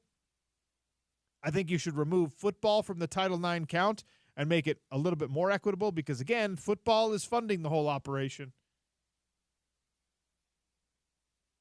Do you want to, when it comes to this, revenue share, do you want to tell people who generated the revenue, we're still going to tax you. We're going to tax you at 50% of the revenue that you generated, and we're going to share it with the people who did not generate the revenue. You wouldn't want that in your job, all right? You're a salesperson. You're working the floor at the Apple store. I don't think they're commission-based, but let's say they are. You're like, I sold 100 brand new iPhones. I'm excited for this big bonus check. And your boss comes up to you and says, hey, great job. Really proud of you. Your hard work is amazing. I'm going to give half of this money to the employees over there who did not sell the iPhones. You're going to be like, what are you talking about? Hey, you're my real estate agent, Zach. You sold me this house. I'm going to give half of your commission to that guy over there or that gal over there who did not sell me this house. That, unfortunately, is what we're talking about potentially doing. And it's not a comment on the commitment or the worth or anything else of student athletes based on their gender. All right? The Red Rocks probably have a more demanding schedule. It's probably harder on their bodies than the football players. I'm not here to dispute that. Yeah. Someone's going to be happy either way. Or, sorry, unhappy, excuse me. Correct. On both counts. Someone's going to be happy. Someone's going to be unhappy. And when there are two separate parties that have different feelings about a ruling that comes down, one of them is going to start shouting. And there are lawyers everywhere who are going to say, ha, ha, ha, yes, let's go get you your share of this money, young ladies. Or if the money's already been given to the young ladies, hey, fellas, let's go get you your rightful share of this money. It's only going to get more complicated and more convoluted. And this, again, is a slippery slope that we are now halfway down, hurtling at breakneck speed. There is nothing in front of us that can keep us from crashing, and we're at this spot because the NCAA denied, delayed, and pretended the inevitable was not going to happen when the rest of us knew that it was. So they put no guardrails in place. They had no distribution system in place. They did not figure these things out in the 20 years that they had to try and figure them out. Instead, they just fought against the O'Bannon case. No, we're not going to share this money. We're not going to share this money. Even though inevitably they were going to have to share the money, they fought against it instead of trying to figure out how you can actually make this work.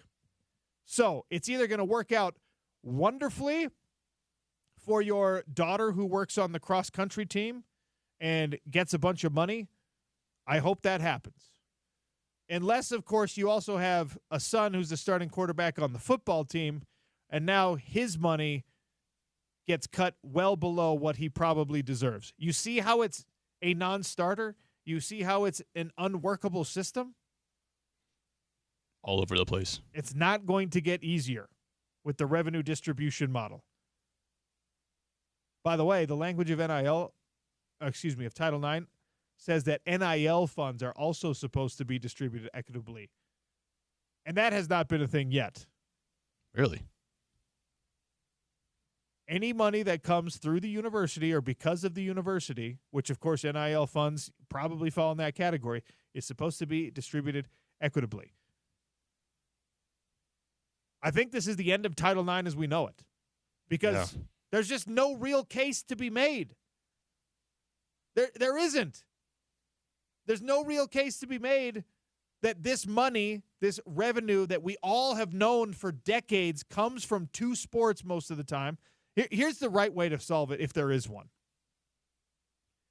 The Red Rocks get to keep their share of the money. Whatever that percentage is that the $20 million comes from, right? Whatever that is of the total athletic department fund, the Red Rocks get to keep their percentage of the revenue that they generate.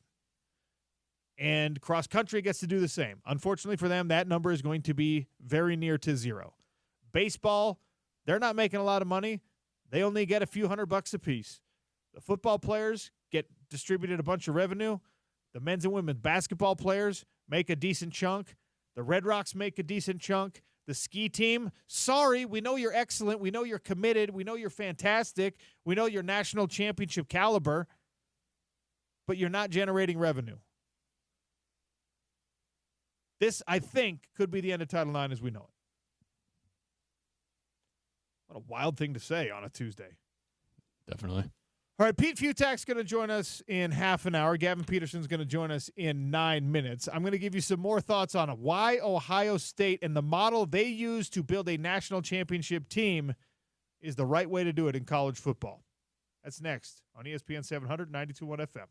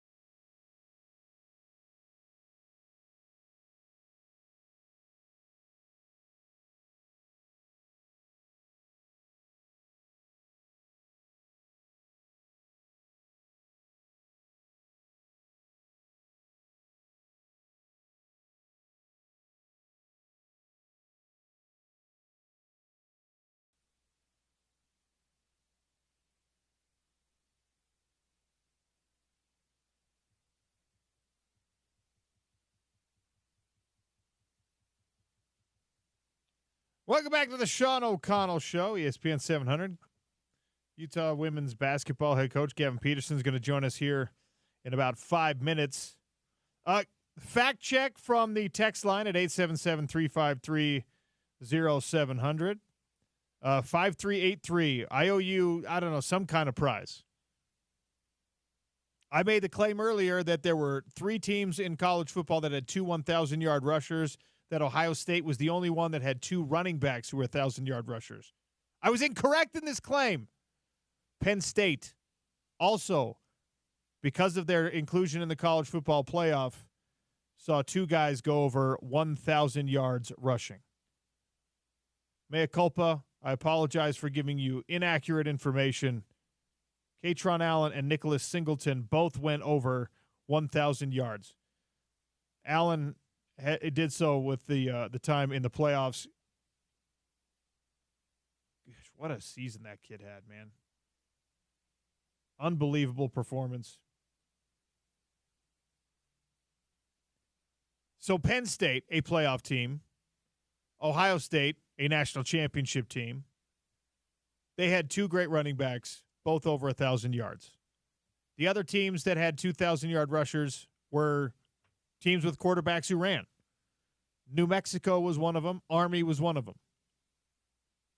That's something. Because New Mexico's guys, well, the guy that really made it work at New Mexico is now at the University of Utah. I'm not telling you you're going to win a national championship because of it. I am telling you that that's a significant stat, because I promise you Utah's season would have been a lot better. BYU's would have been even better than it was if you had multiple guys in that 1,000-yard category. I like it better when it's 2 running backs because you expose your quarterback to a lot of risk when he's got to run the ball that often, as much as Devin Dampier did last year. But the scrambling ability is something that Utah fans are going to love to see.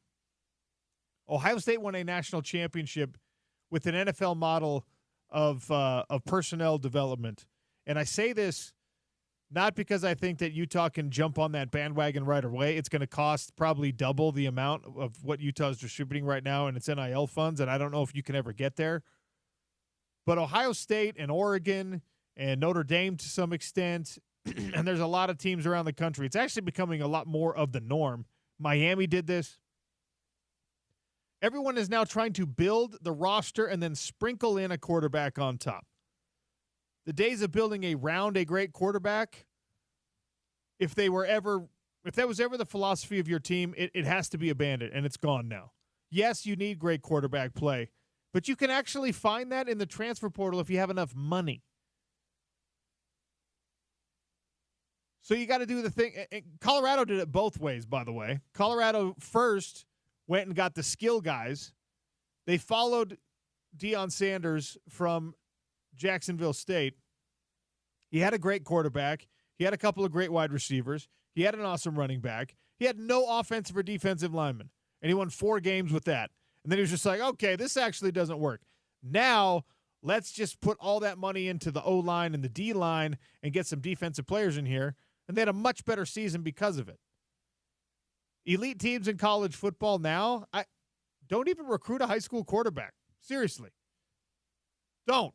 Spend all that time, money, effort, development on weapons for that quarterback to throw the ball to and on the guys to protect that quarterback, and then plug and play.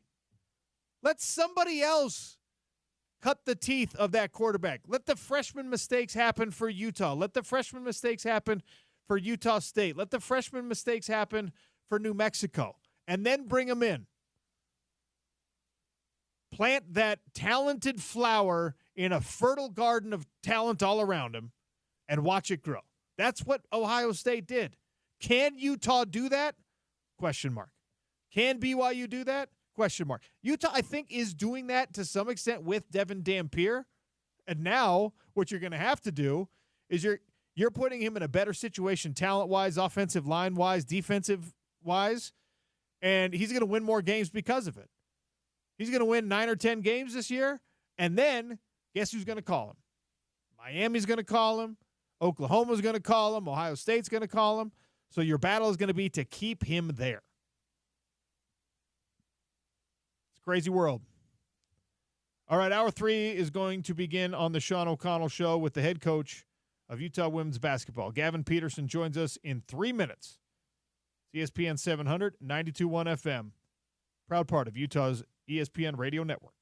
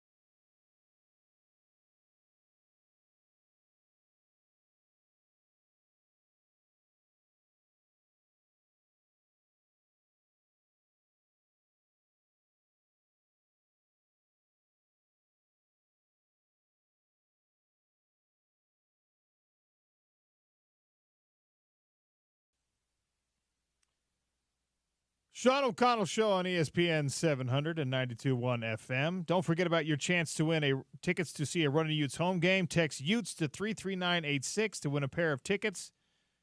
Next home game for Utah men's basketball Saturday against Baylor. Time to talk a little women's hoop with the head coach, Gavin Peterson, who joins us now on ESPN 700. Coach, welcome back. How are you?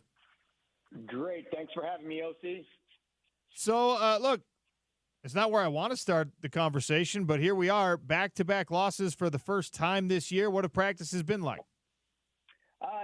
Practice has been very intentional with us trying to eliminate some of our slow starts that have occurred over the last 4 games. Now, part of that is we've been without Kennedy McQueen, our 4-year starter, and we're 1-3 without her. So every day gets closer to her return, so we're excited about that. But we've been just really focusing on ourselves and getting off to better starts because over the last 4 games, we've been very nonchalant with the basketball, allowing our opponents to turn us over, and we're just not getting good high-quality looks early on. So very intentional about that, and I'm looking forward for us to take the court against Kansas tomorrow and get off to a much better start. I'm always curious how coaches can evaluate or can kind of like predict what might be coming. And it's obviously an inexact science. As an athlete, I think if we're all honest with ourselves as an athlete, there's some days when you go out there to play whatever it is your sport is, to compete in whatever it is your sport is, where you're like, I'm feeling it today. I've got it today. Mm-hmm. And other days where you're like, man, I don't know why. My back is sore. My legs are feeling a little heavy, whatever it is. Can you look at your team like in a pregame warm-up, maybe in the couple days leading up to a game, and be like, all right, this is going to be the best version of my gals, or maybe vice versa? Yes. A couple weeks ago at home against Kansas State, shoot around, we did our normal routine, and then by the time we got to our 5-on-5 review, I just looked at them, and in my mind, I'm like, oh no, we might be laying an egg tonight. And that was our, coming back from the Iowa State win in Ames. Right. So you bring into account the travel. We just seemed tired. We just seemed kind of dead. We wanted to, our effort was there. It just was kind of effort with really no point other than just showing up and kind of going through the motions. And, our kids wanted to play hard. They wanted the outcome to go the way they did, but it started at shoot around. So it's funny you bring that up because today when we ended practice, I mentioned to them that you've got to be hungry to get back into that win column. And I'm going to be able to tell from how we move around, how you have a look in your eye and just a laser focus and intensity to us at shoot around tomorrow. So, I don't ever want to look into the faces of our players and get that feeling that we did leading up to that Kansas State game. What is the intervention for a coach in a moment like that? Because, look, I mean, some days you just don't have it, and there might not be anything a coach can do, but maybe I can't imagine as a coach you're just like, all right, well, I'll just sit back and accept this. Yeah, no, you've got to try. And, and if you really – for those that follow us closely, that game was very evident of me just trying. I was subbing crazy just because I was looking for some type of synergy and connection between the 5 people on the floor that could get us going in the right direction. And so as a coach and as a coaching staff, all you can really do is continue to try to put people in that you think will give you kind of a little shot in the arm, give us some life, give us some momentum, and then just continuing to try to adjust to what the opponent is doing to kind of just keep things close. And then if it gets to that fourth quarter and it's a close game, especially at home, you hope the home crowd kind of gets you to that finish line. Gavin Peterson, Utah women's basketball head coach, is my guest here on the Sean O'Connell Show. I want to get to the upcoming matchup tomorrow night, Kansas, tipping at 7 p.m. Mountain Time. Before we get there, though, a look back at the TCU losses. A highly ranked TCU team. You shot better from the field than they did. You out-rebounded them. Shot well from 3. Good free throw percentage. When you look back on a game like that, and there's a lot of good things, but it does end up in a loss. What's the what's the teaching moment? What's the teaching point for your team? Well, I think when you play good teams like a TCU, especially on the road, and then even Baylor on the road, you got to be able to take care of the basketball. And in both those games, when you have 4 baskets to 11 turnovers at halftime, like usually that's kind of flipped. Like we usually have a lot more assists. We share the ball. And then when we turn the ball over on the flip side, you're not getting opportunities to score the basketball. So we've got to value each possession from the get-go. And that's something, like I said, I think we've been really paying attention to this week. We can't be nonchalant and casual and kind of the whole mindset of, I'm going to let the game come to me. Like, yes and no. Like, we don't want to force bad shots. We don't want to force things, but we also do want to play with a little bit of edge and just the top priority being ball security and making sure we get a shot at the basket early on, especially in the first 5 minutes of the game.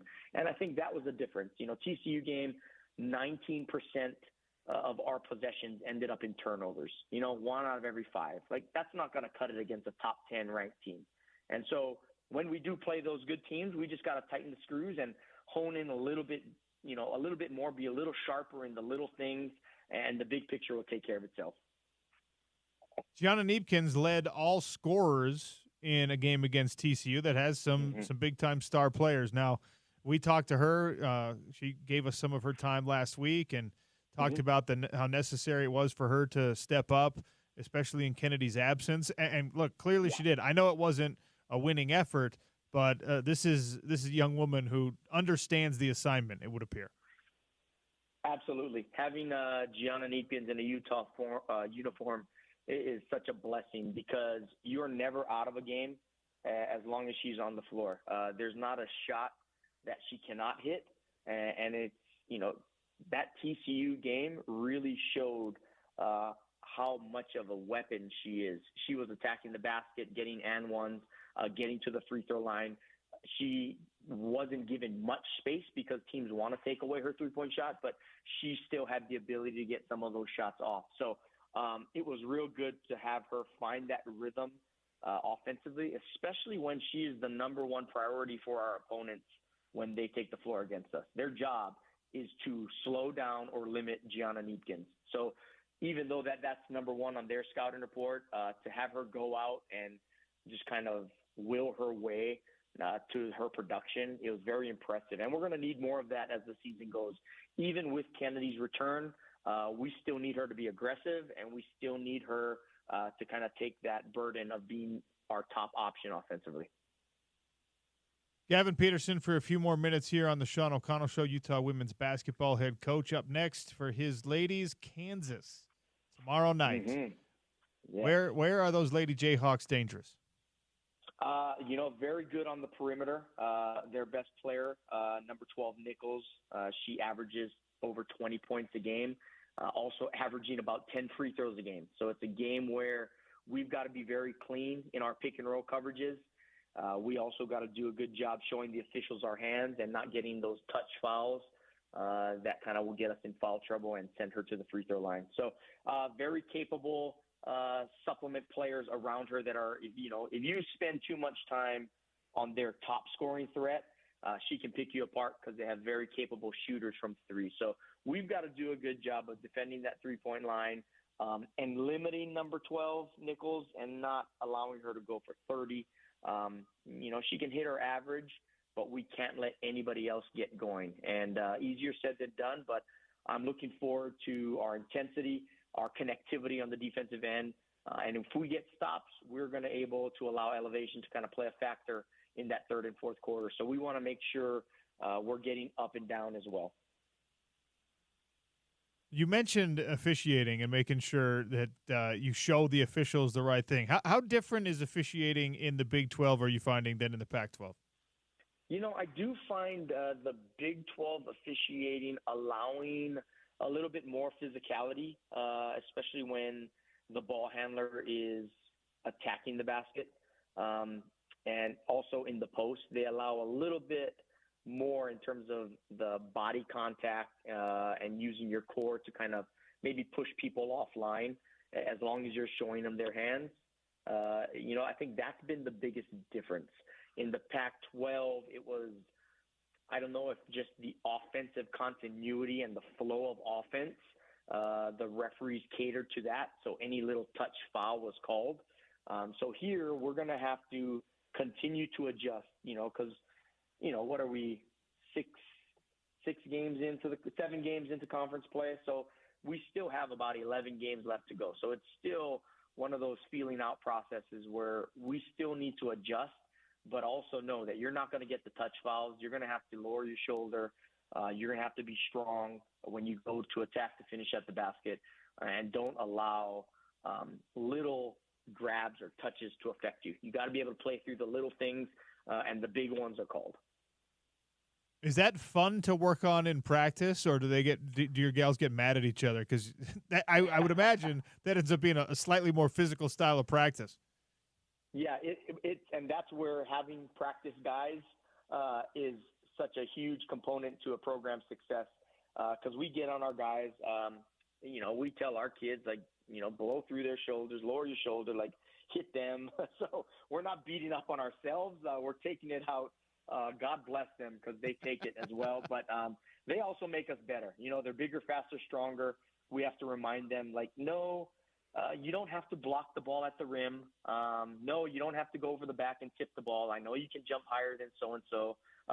But when they are kept under control, they really do give us a good look and push our limits. And our players, by the time game time comes, they've already seen that. They've already gone through that in terms of a speed and a size factor. So we're not surprised by it. I don't know how much you pay attention to bracketology, but that's something for us and for fans that, this time of year brings about. You start to roll out the predictions. We're only, a few weeks away now, it seems. And you start to get these predictors. How much attention do you pay? I don't. I'll check up on it every now and again, but I don't know. What do they have us at? Well, the ESPN bracketology right now, you are a 7 seed in Storrs, Connecticut, to open things up. It would be Harvard right now would be the first round matchup. Yeah. Interesting. Yeah. And I think the whole point, everything that we work for, one is a conference championship, right? And so that's still in front of our mind.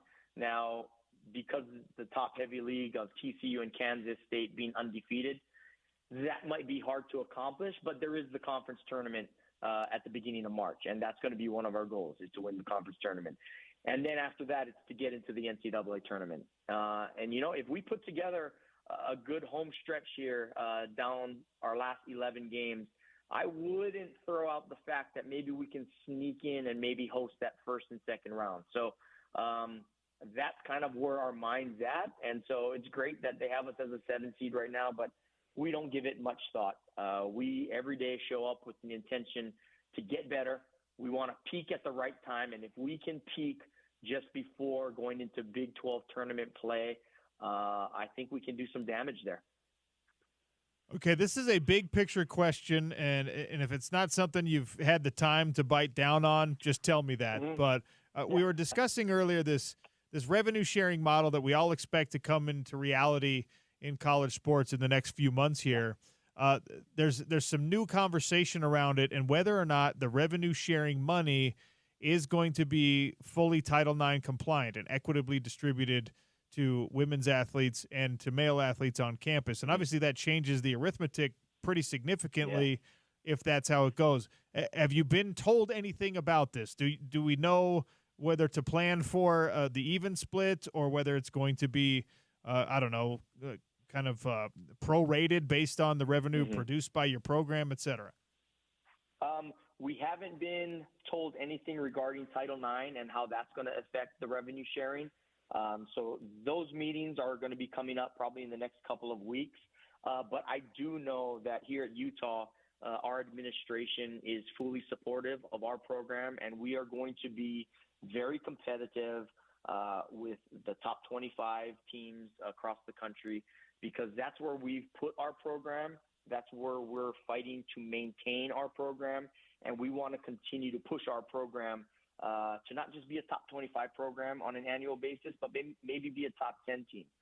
And then maybe one day reach a Final Four. So those are the things that we're continuing to work towards, and we have the full support with our administration, and our revenue sharing will be in an area where we can compete for the top players that fit our culture, fit our style of play, so we can continue to do great things on the basketball court.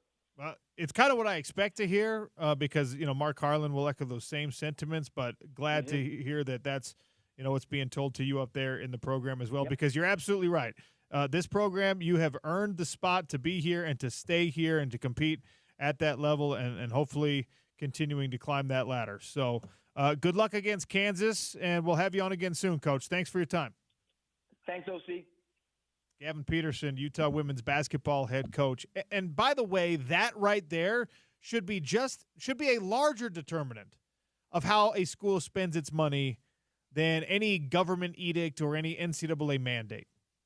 Every university should be allowed to decide, here's where we want to be competitive. We want our football team to be a top 25 football team, so we're going to spend money that way. At Utah, it would go like this. Football team's got to be a top 25. We got to spend as much as we can there without spending it all.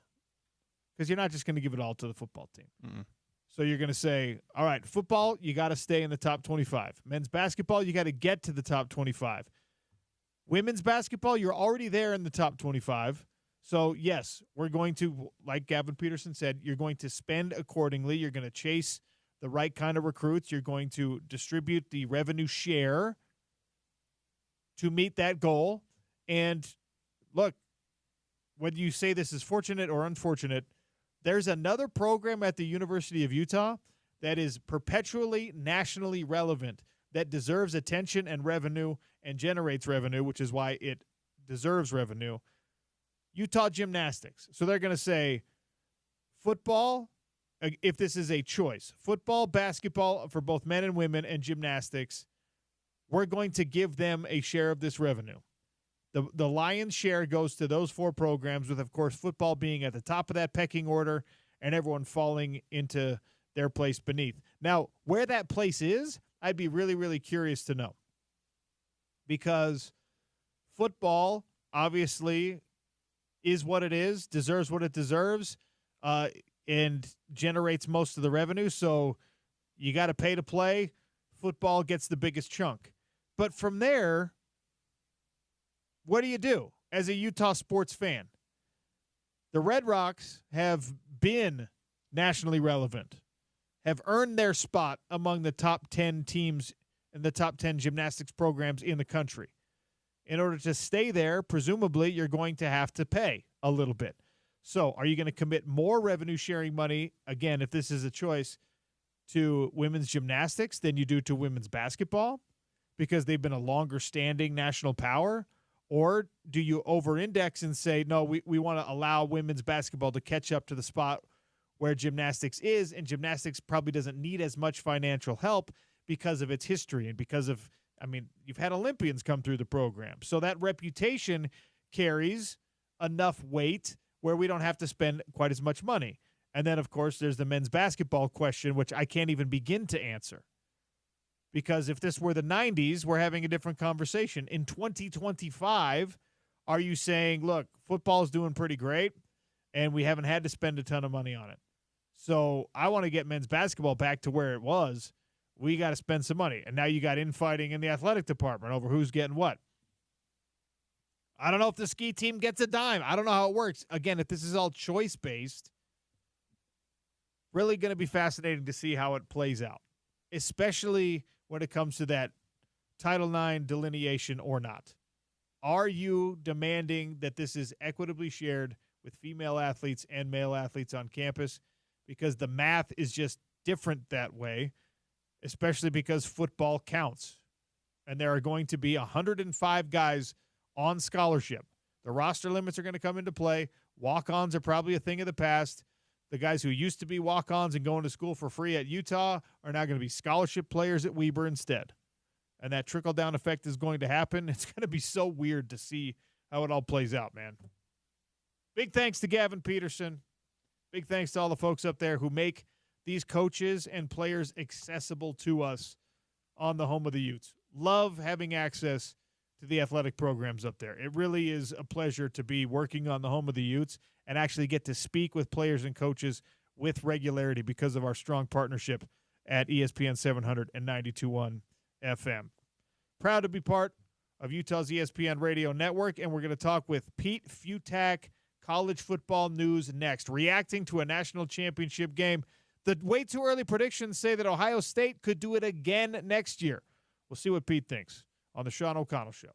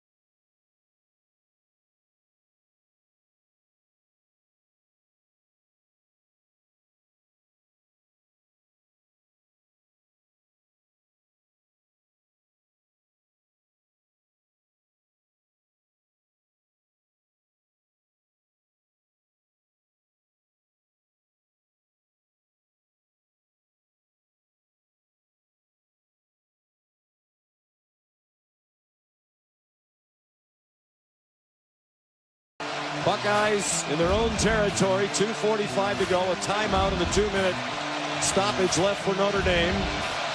Buckeyes have 2 timeouts if they need it. Out of the gun, Howard, a Notre Dame blitz, a deep throw, near side, Jeremiah Smith has it inside the 30 and taken down by Christian Gray at the 9-yard line. They threw it deep to their best player in single coverage with Christian Gray, and it goes for 57 yards. One of the many Jeremiah Smith highlights from the national championship game. 34-23 win for Ohio State. That sound courtesy of ESPN Radio. You heard the voice of Sean McDonough on the call. Ohio State's second national championship in the college football playoff era. Of course, the first of an expanded 12-team college football playoff. They won the first CFP back in 2014. They won the most recent one against Notre Dame last night. Pete Futak, College Football News, kind enough to join us to look at the season in the rear view now. Crazy that college football is over, but here we are, Pete, with Ohio State, the Ohio State University, as national champion in the same season where people were calling for Ryan Day's head. Wild times. Wild time. It's crazy it lasted this long. Fun fact, I was there for the first one, and that's when I was kind of working with and for the CFP, and I did the in-stadium stuff. And basically on the side, Urban Meyer behind the scenes before the game was like, we got this. So in front of however many 80,000 people in the stadium, I'm like, there's no reason to watch this game. Ohio State's going to win. Whoa! And all the Ohio State fans love me. I said, Ohio State's going to blow out Oregon. It's going to be an easy thing. I walk off the set. What's the first thing an Ohio State guy says to me? Hey, great pick. Hey, you're the guy who picked against us 3 years ago. We showed you. That is an Ohio State fan to a – you could be – now, I picked Ohio State to win the national championship this year since last January, and I still get yelled at for suggesting that the Michigan loss was a good thing because it was going to galvanize them. That's just – it's a miserable fan base, but they've got a national championship. Well, that miserable fan base, I keep making this point today. It's absolutely insane to me that in a 4-team college football playoff, Ryan Day probably would not have had a job. And in a 12-team college football playoff, he has a national championship instead. Amazing how that works. And and Notre Dame would have been in. And so to kind of, retrofit this, had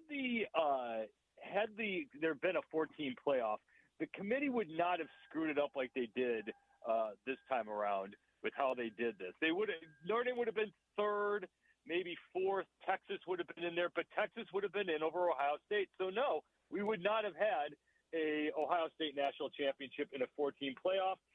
Just like they caught a monster break the last time they got in 2014. If you remember, they probably couldn't have, shouldn't have been in, but they blew out Wisconsin 59-0.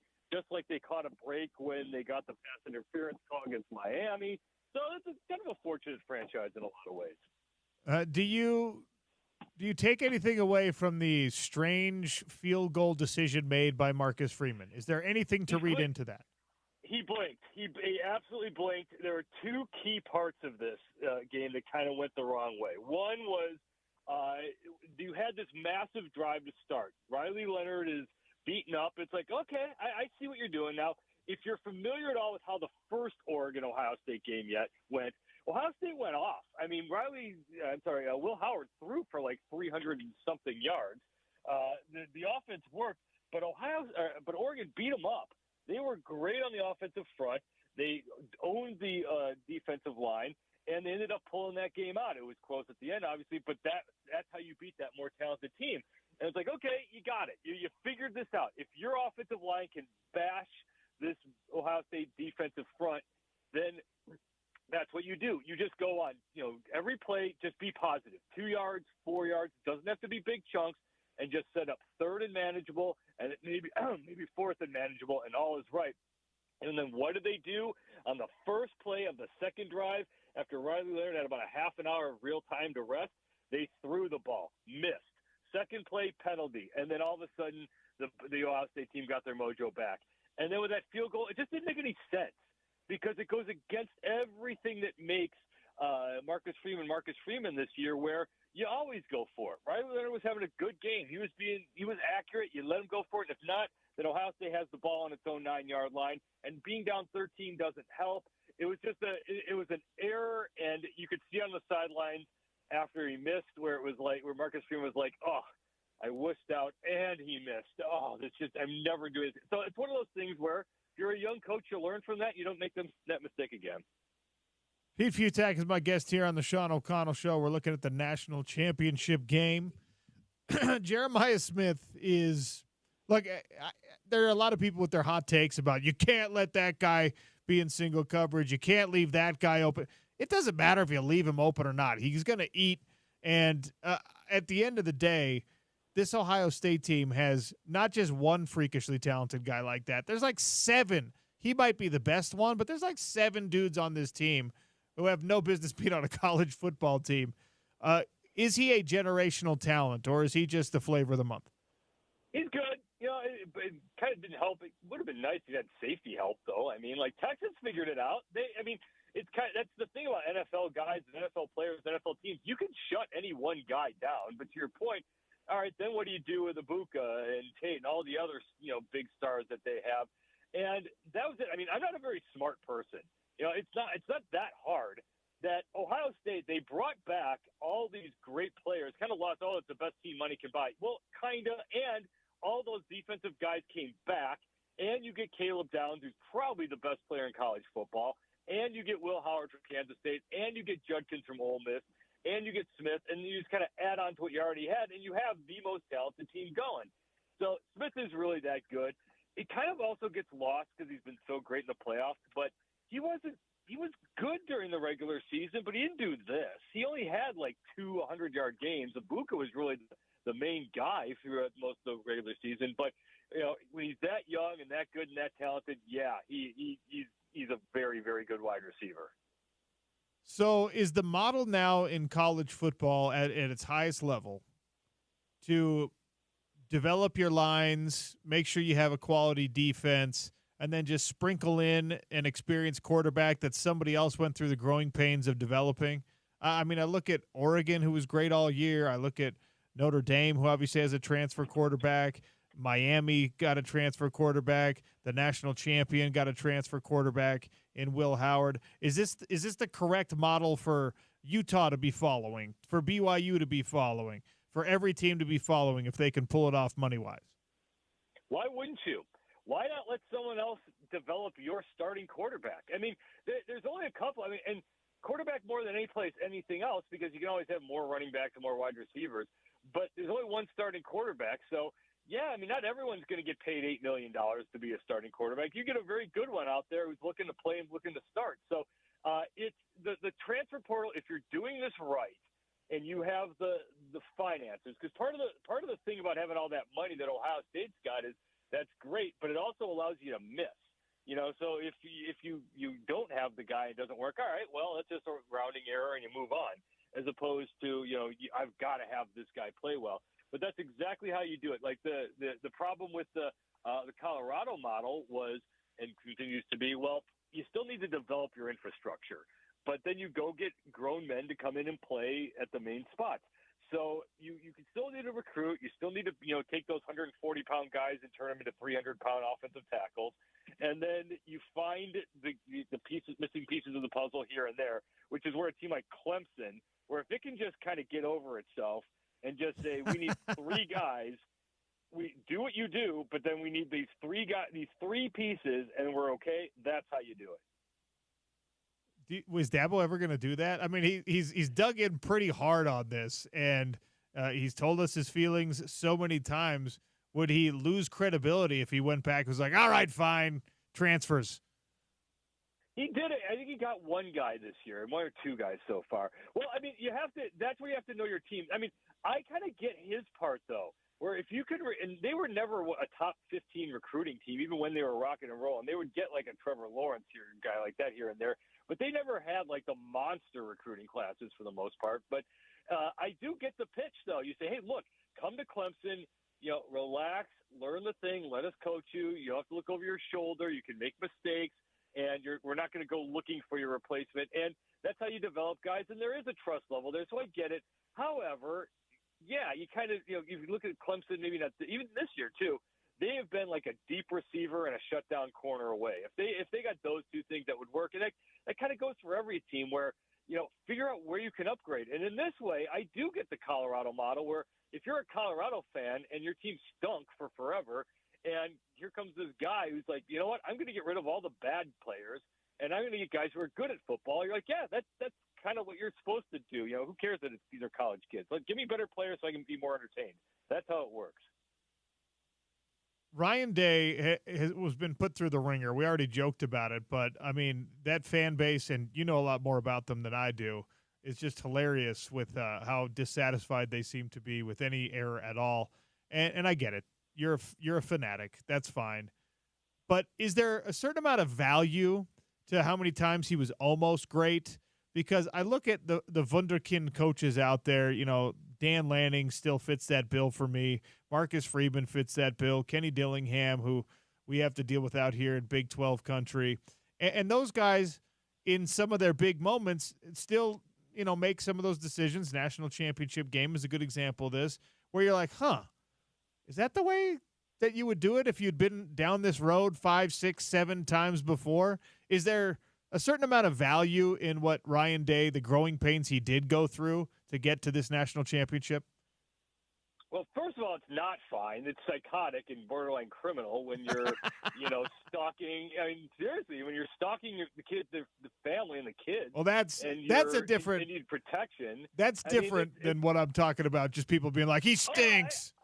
I know, but in this today's day and age, it gets fringy fast. In Ohio State, no joke, there is a twisted element to this where it really does go beyond just, we're playing a fun game here. And after that Michigan loss, I mean, there's still people out there who, I joked before, but it's serious. They're like, oh yeah, we won the national championship, but we lost to Michigan again, and I got a mean text from Bob in accounting. That's really how they are. But to your point, yes, and they still almost blew it last night. But the only thing you can reasonably do, and this goes for college football and for college basketball, where all you can reasonably do is put out great team after great team, and eventually it's going to be your turn. And eventually you're going to catch that break. Like, if you keep putting good teams into the NCAA tournament, well, you're going to get a run once in a while, and eventually you're going to get to a Final Four. If you're an Ohio State, or you're an Alabama, or an LSU, or a Clemson, or one of those types of teams, and every single year, eventually it's going to go your way. And if you look at it, remember there was that 6 and 7 Luke Fickell season at Ohio State, transition between Jim Tressel and Urban Meyer. You had the Tattoo Gate thing. And then Urban Meyer comes in, they go 12-0, but they weren't able to go play because they were ineligible for a bowl. And after that, every single year since then, over the last 12 years until this season, they were this close. But for a kick that goes straight 2 years ago against Georgia, they throttle TCU and win the national championship. You could point to like 5 different times where had they just done this, they're at least playing for the national championship. So every single year for over a decade, they are one game, one play away. This year it happened to turn out to be the right thing for them. So I don't know if it'll ever happen. I want to see the real payrolls for Ohio State player-wise, for Oregon player-wise. What's it going to cost to compete for and potentially win a national championship as the arms race continues, even after a revenue-sharing model gets put in place?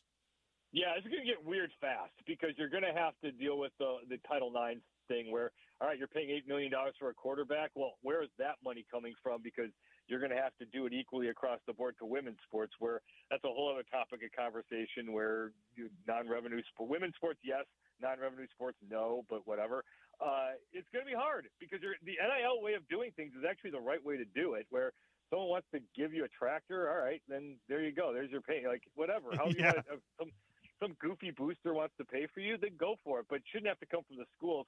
But you're right. It's going to have to be – there is a cost effectiveness here. If you're able to somehow find it in your coffers somewhere where you're able to extend that coach to 2054 and pay him $8 million a year, there's money there. So there is – these rich athletic departments can afford this. And it's just going to kind of be a real sort of pro-ish kind of atmosphere, which, look, at the end of the day, these are still supposed to be college students, and you've now got kids or guys who are going to be in their mid-20s. I mean, it's just not quite the same, and for a lot of people, it's going to turn them off. But at the end, for the product itself, for the actual game, for getting the fact that these guys are actually supposed to go learn stuff, it's pretty good product they're putting on the field now. What's going to happen with this Miami-Wisconsin battle over the transfer? You know what? Consider I went to Wisconsin, you'd think I would know and actually care. I've tried to get into this. He signed a deal kind of and wants to back out of it, but it's not really a deal. And this is where this is the problem though, because if you're talking about the payrolls and the NIL money, well, if you're signing a deal to go play for a team, well, you're an employee, but you're not an employee because you can't unionize and you can't get benefits and you can't do all these other things. But yet you signed a contract, so you're supposed to go play there. And if you want to break the contract, well, then you don't have an agent, or you do have an agent, but there's no players union, there's no representation, there's no arbitration. It's everything wrong. Because there's just no guardrails around any of it like you have in the professional league. So I don't know. I'm kind of under the old school Steve Spurrier belief where if you don't want to be here, here's your bus ticket and a peanut butter sandwich. Good luck to you. But look, if you're Wisconsin, you're saying, hey, look, we paid for your services here. You're supposed to be here. So I kind of get it from all angles. Yeah, That's one of the most interesting parts of the whole thing. Legality and how binding the contracts are aside, just the idea that you want to have a disgruntled employee stay. I mean, especially when he's got to try to play football games for you. That doesn't make a lot of sense for me. But that's the other part too, is it's college. Because we're all forgetting here that if my kid wants to transfer from San Diego State, and why would she? Because it's literally minus 6 degrees here where I am right now. If she would want to transfer, she would just transfer, but then she's got to enroll in classes. That's kind of what's missing. Is let's change the transfer portal. Well, you kind of can't, because if you're going to transfer, crazy enough, you're supposed to actually sign up for classes and be eligible for school and stuff like that. So it is so twisted how this has become. The AFCA voted unanimously to take 2 transfer portal windows and narrow them down to 1, a 10-day period in early January. I want to die on the hill that you should do it after spring ball, but the coaches don't agree with me, so I'll just defer to their wisdom. Are we going to get 1 transfer portal window, or can you not put that genie back in the bottle either? Well, what you can do is you can transfer at any time. You're just not eligible to play.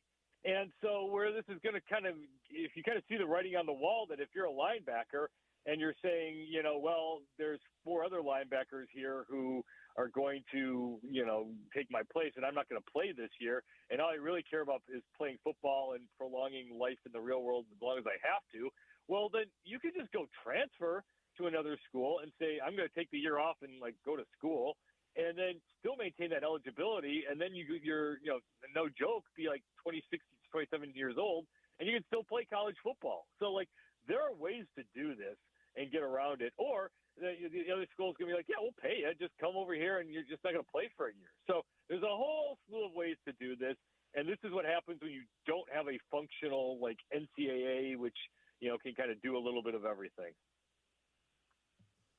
Pete, I love talking to you because I can just throw anything out there, and I know you're going to give me something good. Who's going to win the Super Bowl? Alabama. Are they going to get into this? I'm hoping. You know what? No, all seriousness. I'm sick of Kansas City. I don't know why I don't like them.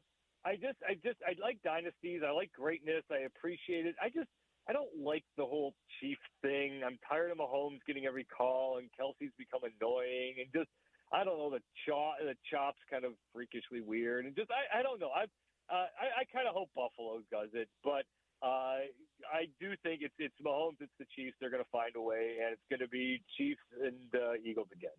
All right, Pete. Thanks for your time. Appreciate you as always. Have a great week.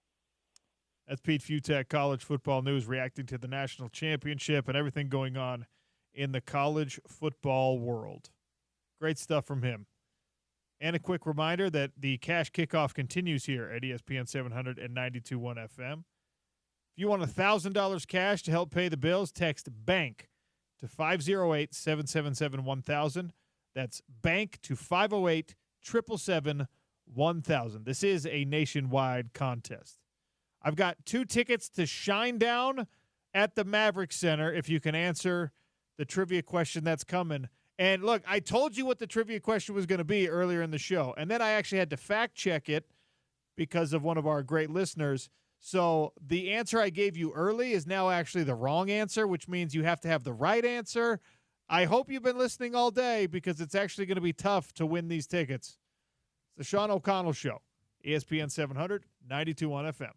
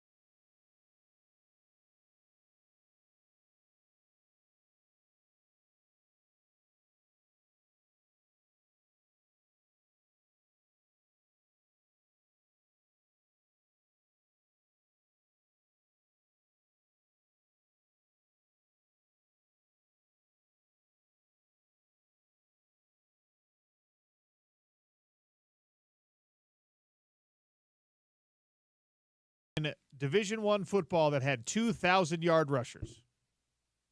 Simple number. Zach will give you an extra bonus. He'll give you a hug when you pick up your prize if you know who those teams are. 877-353-0700. How many teams in college football in 2024 had 2 1,000-yard rushers on the same roster? 2 tickets to Shinedown if you know. Final segment of the show, Crosstalk with Spence Checketts, brought to you by our friends at Advanced Window Products. Do you need new windows? Let's go with a local company, locally manufactured, local sales, local service, local installation. Cut out the middleman. $2,500 off, 10 windows or more at advancedwindows.com. 801-850-9100. Tell them OC sent you. Spence Checketts in the drive coming up next. He joins me in studio here. Hi, Spence. I love listening to the Sean O'Connell show. Yay. Because I learn something new every day. Oh, good. I learned a lot about college football roster construction, and I learned that Shinedown is still around. I had no idea. I'll steer down the barrel You're not- of 45. Are you a fan? I mean, they have a couple catchy tunes. They sold records, you know? I'm not a music snob. Yeah, I am. Anything that comes on the radio, I probably like because I am just low level that way. It's a better way to be because, you know, when you're like me, you come across as just impossible and annoying because I am a music snob. Yeah, I'm not at all. And irritating. The listeners should know I'm very aware of how unlikable I am on paper. Okay? Hopefully the people that get to know me, I think, for the most part, like me. But on paper, I'm a very unlikable guy. He's unlikable on paper, slightly more likable in person. Slightly? I'd say significantly more likable in person than I am on paper. I hope so, at least. But no, I think you've done a really good job today of outlining. And look, the bottom line is always going to be the bottom line, and that means, you know, we are fans of the golden rule on the drive, and the golden rule of Sean is the man with the gold makes the rules, okay? So the bottom line is going to be revenue. The bottom line is going to be how much money do you have to spend on your players. But I don't think, and I'll speak for myself, I wasn't fully aware of just how Ryan Day and Ohio State have built this thing up with players they recruited out of high school and have been around 3, 4, 5 years. Yeah, there's a lot of them on that roster. Uh-huh. And those guys, look, it's a different arithmetic at Ohio State than it is at Utah. But the model exists, and maybe the competition realistically for Utah, the ceiling is like you got to win that Big 12 championship, and then every 3, 4, 5 years you get an opportunity to compete with an Ohio State at that national championship level. You're not going to do it every single year, but why not follow the same model? Why isn't everyone following the Chiefs model? Why isn't everyone following the model for the Boston Celtics right now? I mean, the structure, whether it is sustainable and it lasts forever in these sports, it is worth exploring at least. And I think that's what Utah's really tried to do for the most part. The transfer portal makes it more difficult. Well, it does. But to your point, as you were talking about earlier, who did you have on? Who are you interviewing at like 1:30? That was Pete Futek, College Football News. It was a really good interview. Utah returns their entire offensive line. Yeah. And, you know, as we always say, it's a Morgan Scalley, Kyle Whittingham defense is going to be fine. There's a lot riding on Devin Dampier, you know, and for anybody who missed it, by the way, Jason Beck joined my show last week and basically said the job is Devin's. I know we all have operated off that assumption, but for the past couple of years when none of us have known week to week, just to know that it's basically Devin's job is really nice, even though it's January. So a lot of pressure on Devin. There's a glut of players in that running back room. Maybe it's I don't know. But to your point about Ohio State, offensive line for Utah intact. Defense for the most part coming back with a couple of big losses, Keanu and Cameron hurt. But, you know, if you can add the ancillary pieces you need in the skill slots, maybe this model that Ohio State just showed us, and I want to go back to the fact that Ohio State reportedly has spent $20, $25 million on that roster. But the bulk of that money went to returning players. All of it didn't go to transfers, right? And so I have it on good authority that Utah's number is about half of what Ohio State's number is. I don't know the exact number, but that's essentially what Utah has to spend on players. And eventually, when regulation is in place, central leadership is in place, and there is whatever college football's answer is to spending, whether it's the hard cap, whether it's the salary cap. NBA is punitive with second apron and such. I don't know what it's going to look like, but at some point you have to curtail it so it's more fair and more even. And when that time comes, if the Utah model is somewhat similar to Ohio State's, maybe that's good news. But we'll see. Only time will tell. You got to win. Got to win. Ohio State won a national championship, and I will keep saying this. You're going to get sick of me making this point. It is almost hilarious to me that in a 4-team college football playoff, Ryan Day would have been fired this year instead of winning a national championship. They would have fired him after losing to Michigan to end the season. It's so wild, and it goes to show you, because I used to talk about this when Kyle was kicking Bronco's head in. Like, Bronco just couldn't beat Kyle. Yet Bronco was doing a pretty good job at BYU, winning a lot of other games. I'm like, a bunch of 10-win seasons. Yeah, yes. And like in other places, if you don't beat your rival, you lose your job. But I guess you can save your job if you win a national championship. But it is wild to me because we talked about this yesterday, and thanks again for joining on the 5 o'clock hour before the game. We're talking better winning percentage than Jim Tressel, better S&P index than Urban Meyer, and he's one of 3 current college coaches that's won a national championship, and this dude was in danger of losing his job like a month ago. It was Pop Warner and Newt Rockne are the only coaches with 50-plus games coached that have a better winning percentage than him. Wild, and he almost lost his job like a month ago because he can't beat Michigan. I want him to do an experiment. I want Ryan Day to stop dyeing the beard like he's a telenovela villain. It is a bad look. And just see how the conversation around him changes. Look at you and I. Yeah. No shame in our game. Yeah. I've got more salt than pepper at this point. I've got yolk in my beard from an egg sandwich I ate earlier, let alone all the grays and the whites. Like, don't have to, don't lean into the ego all the time. Let the beard go. It's not a bad look. Okay. I will give you a shine down ticket or two if you know which teams in college football had 2 1,000-yard rushers. I very much do not. Okay. And I do not want to go to Shinedown. Dang it. Ohio State? Yep. I knew that. That was the only one I knew. Army? Okay. Quarterback run? Yeah. New Mexico? And Penn State, as one of our listeners pointed out to me. Penn State, as a playoff team, also had the benefit of a couple extra games to get their guys those yards. But before we bid adieu on a is that how you say it? Adieu? Yeah, sure. Come on, you travel internationally all the time. Do you speak any other language that's outside of English? I speak a little Spanish, and that's about it. I speak enough Spanish not to be killed when I go to Mexico. Yeah, that's more. I can understand when people don't like me in Spanish. Oh, for sure. That's kind of how it is. Yeah, no. If I was ever in trouble, I could probably get myself out of it. But I'm not like meeting a wife down in. ¿Dónde está la biblioteca? Yeah. I mean, stuff like that. But is it time to say out loud that the Big Ten is the best conference in college football right now? Yeah, it's easy to say. 100%. Yeah.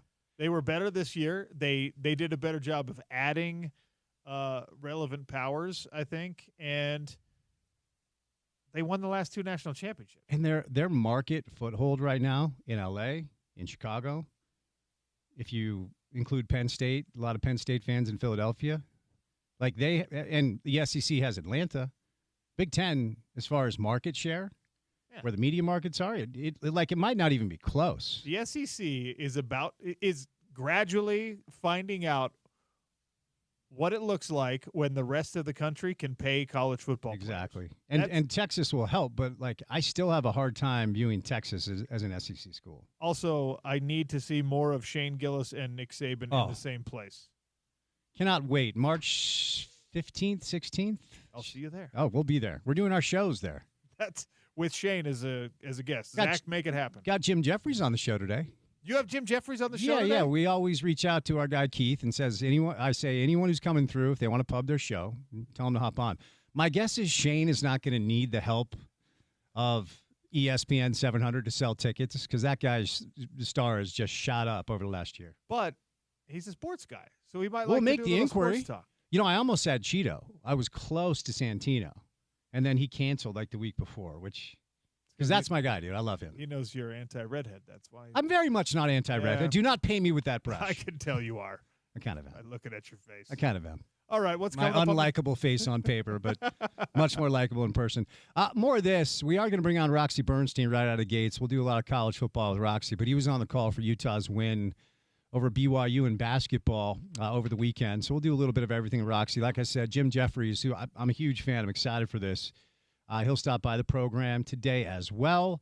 Matt Brown, who was on the ground in Atlanta for the national championship game, and then Mike Sanford Jr. So mostly college football with a little stand-up comedy with Jim Jeffries on the program. Great.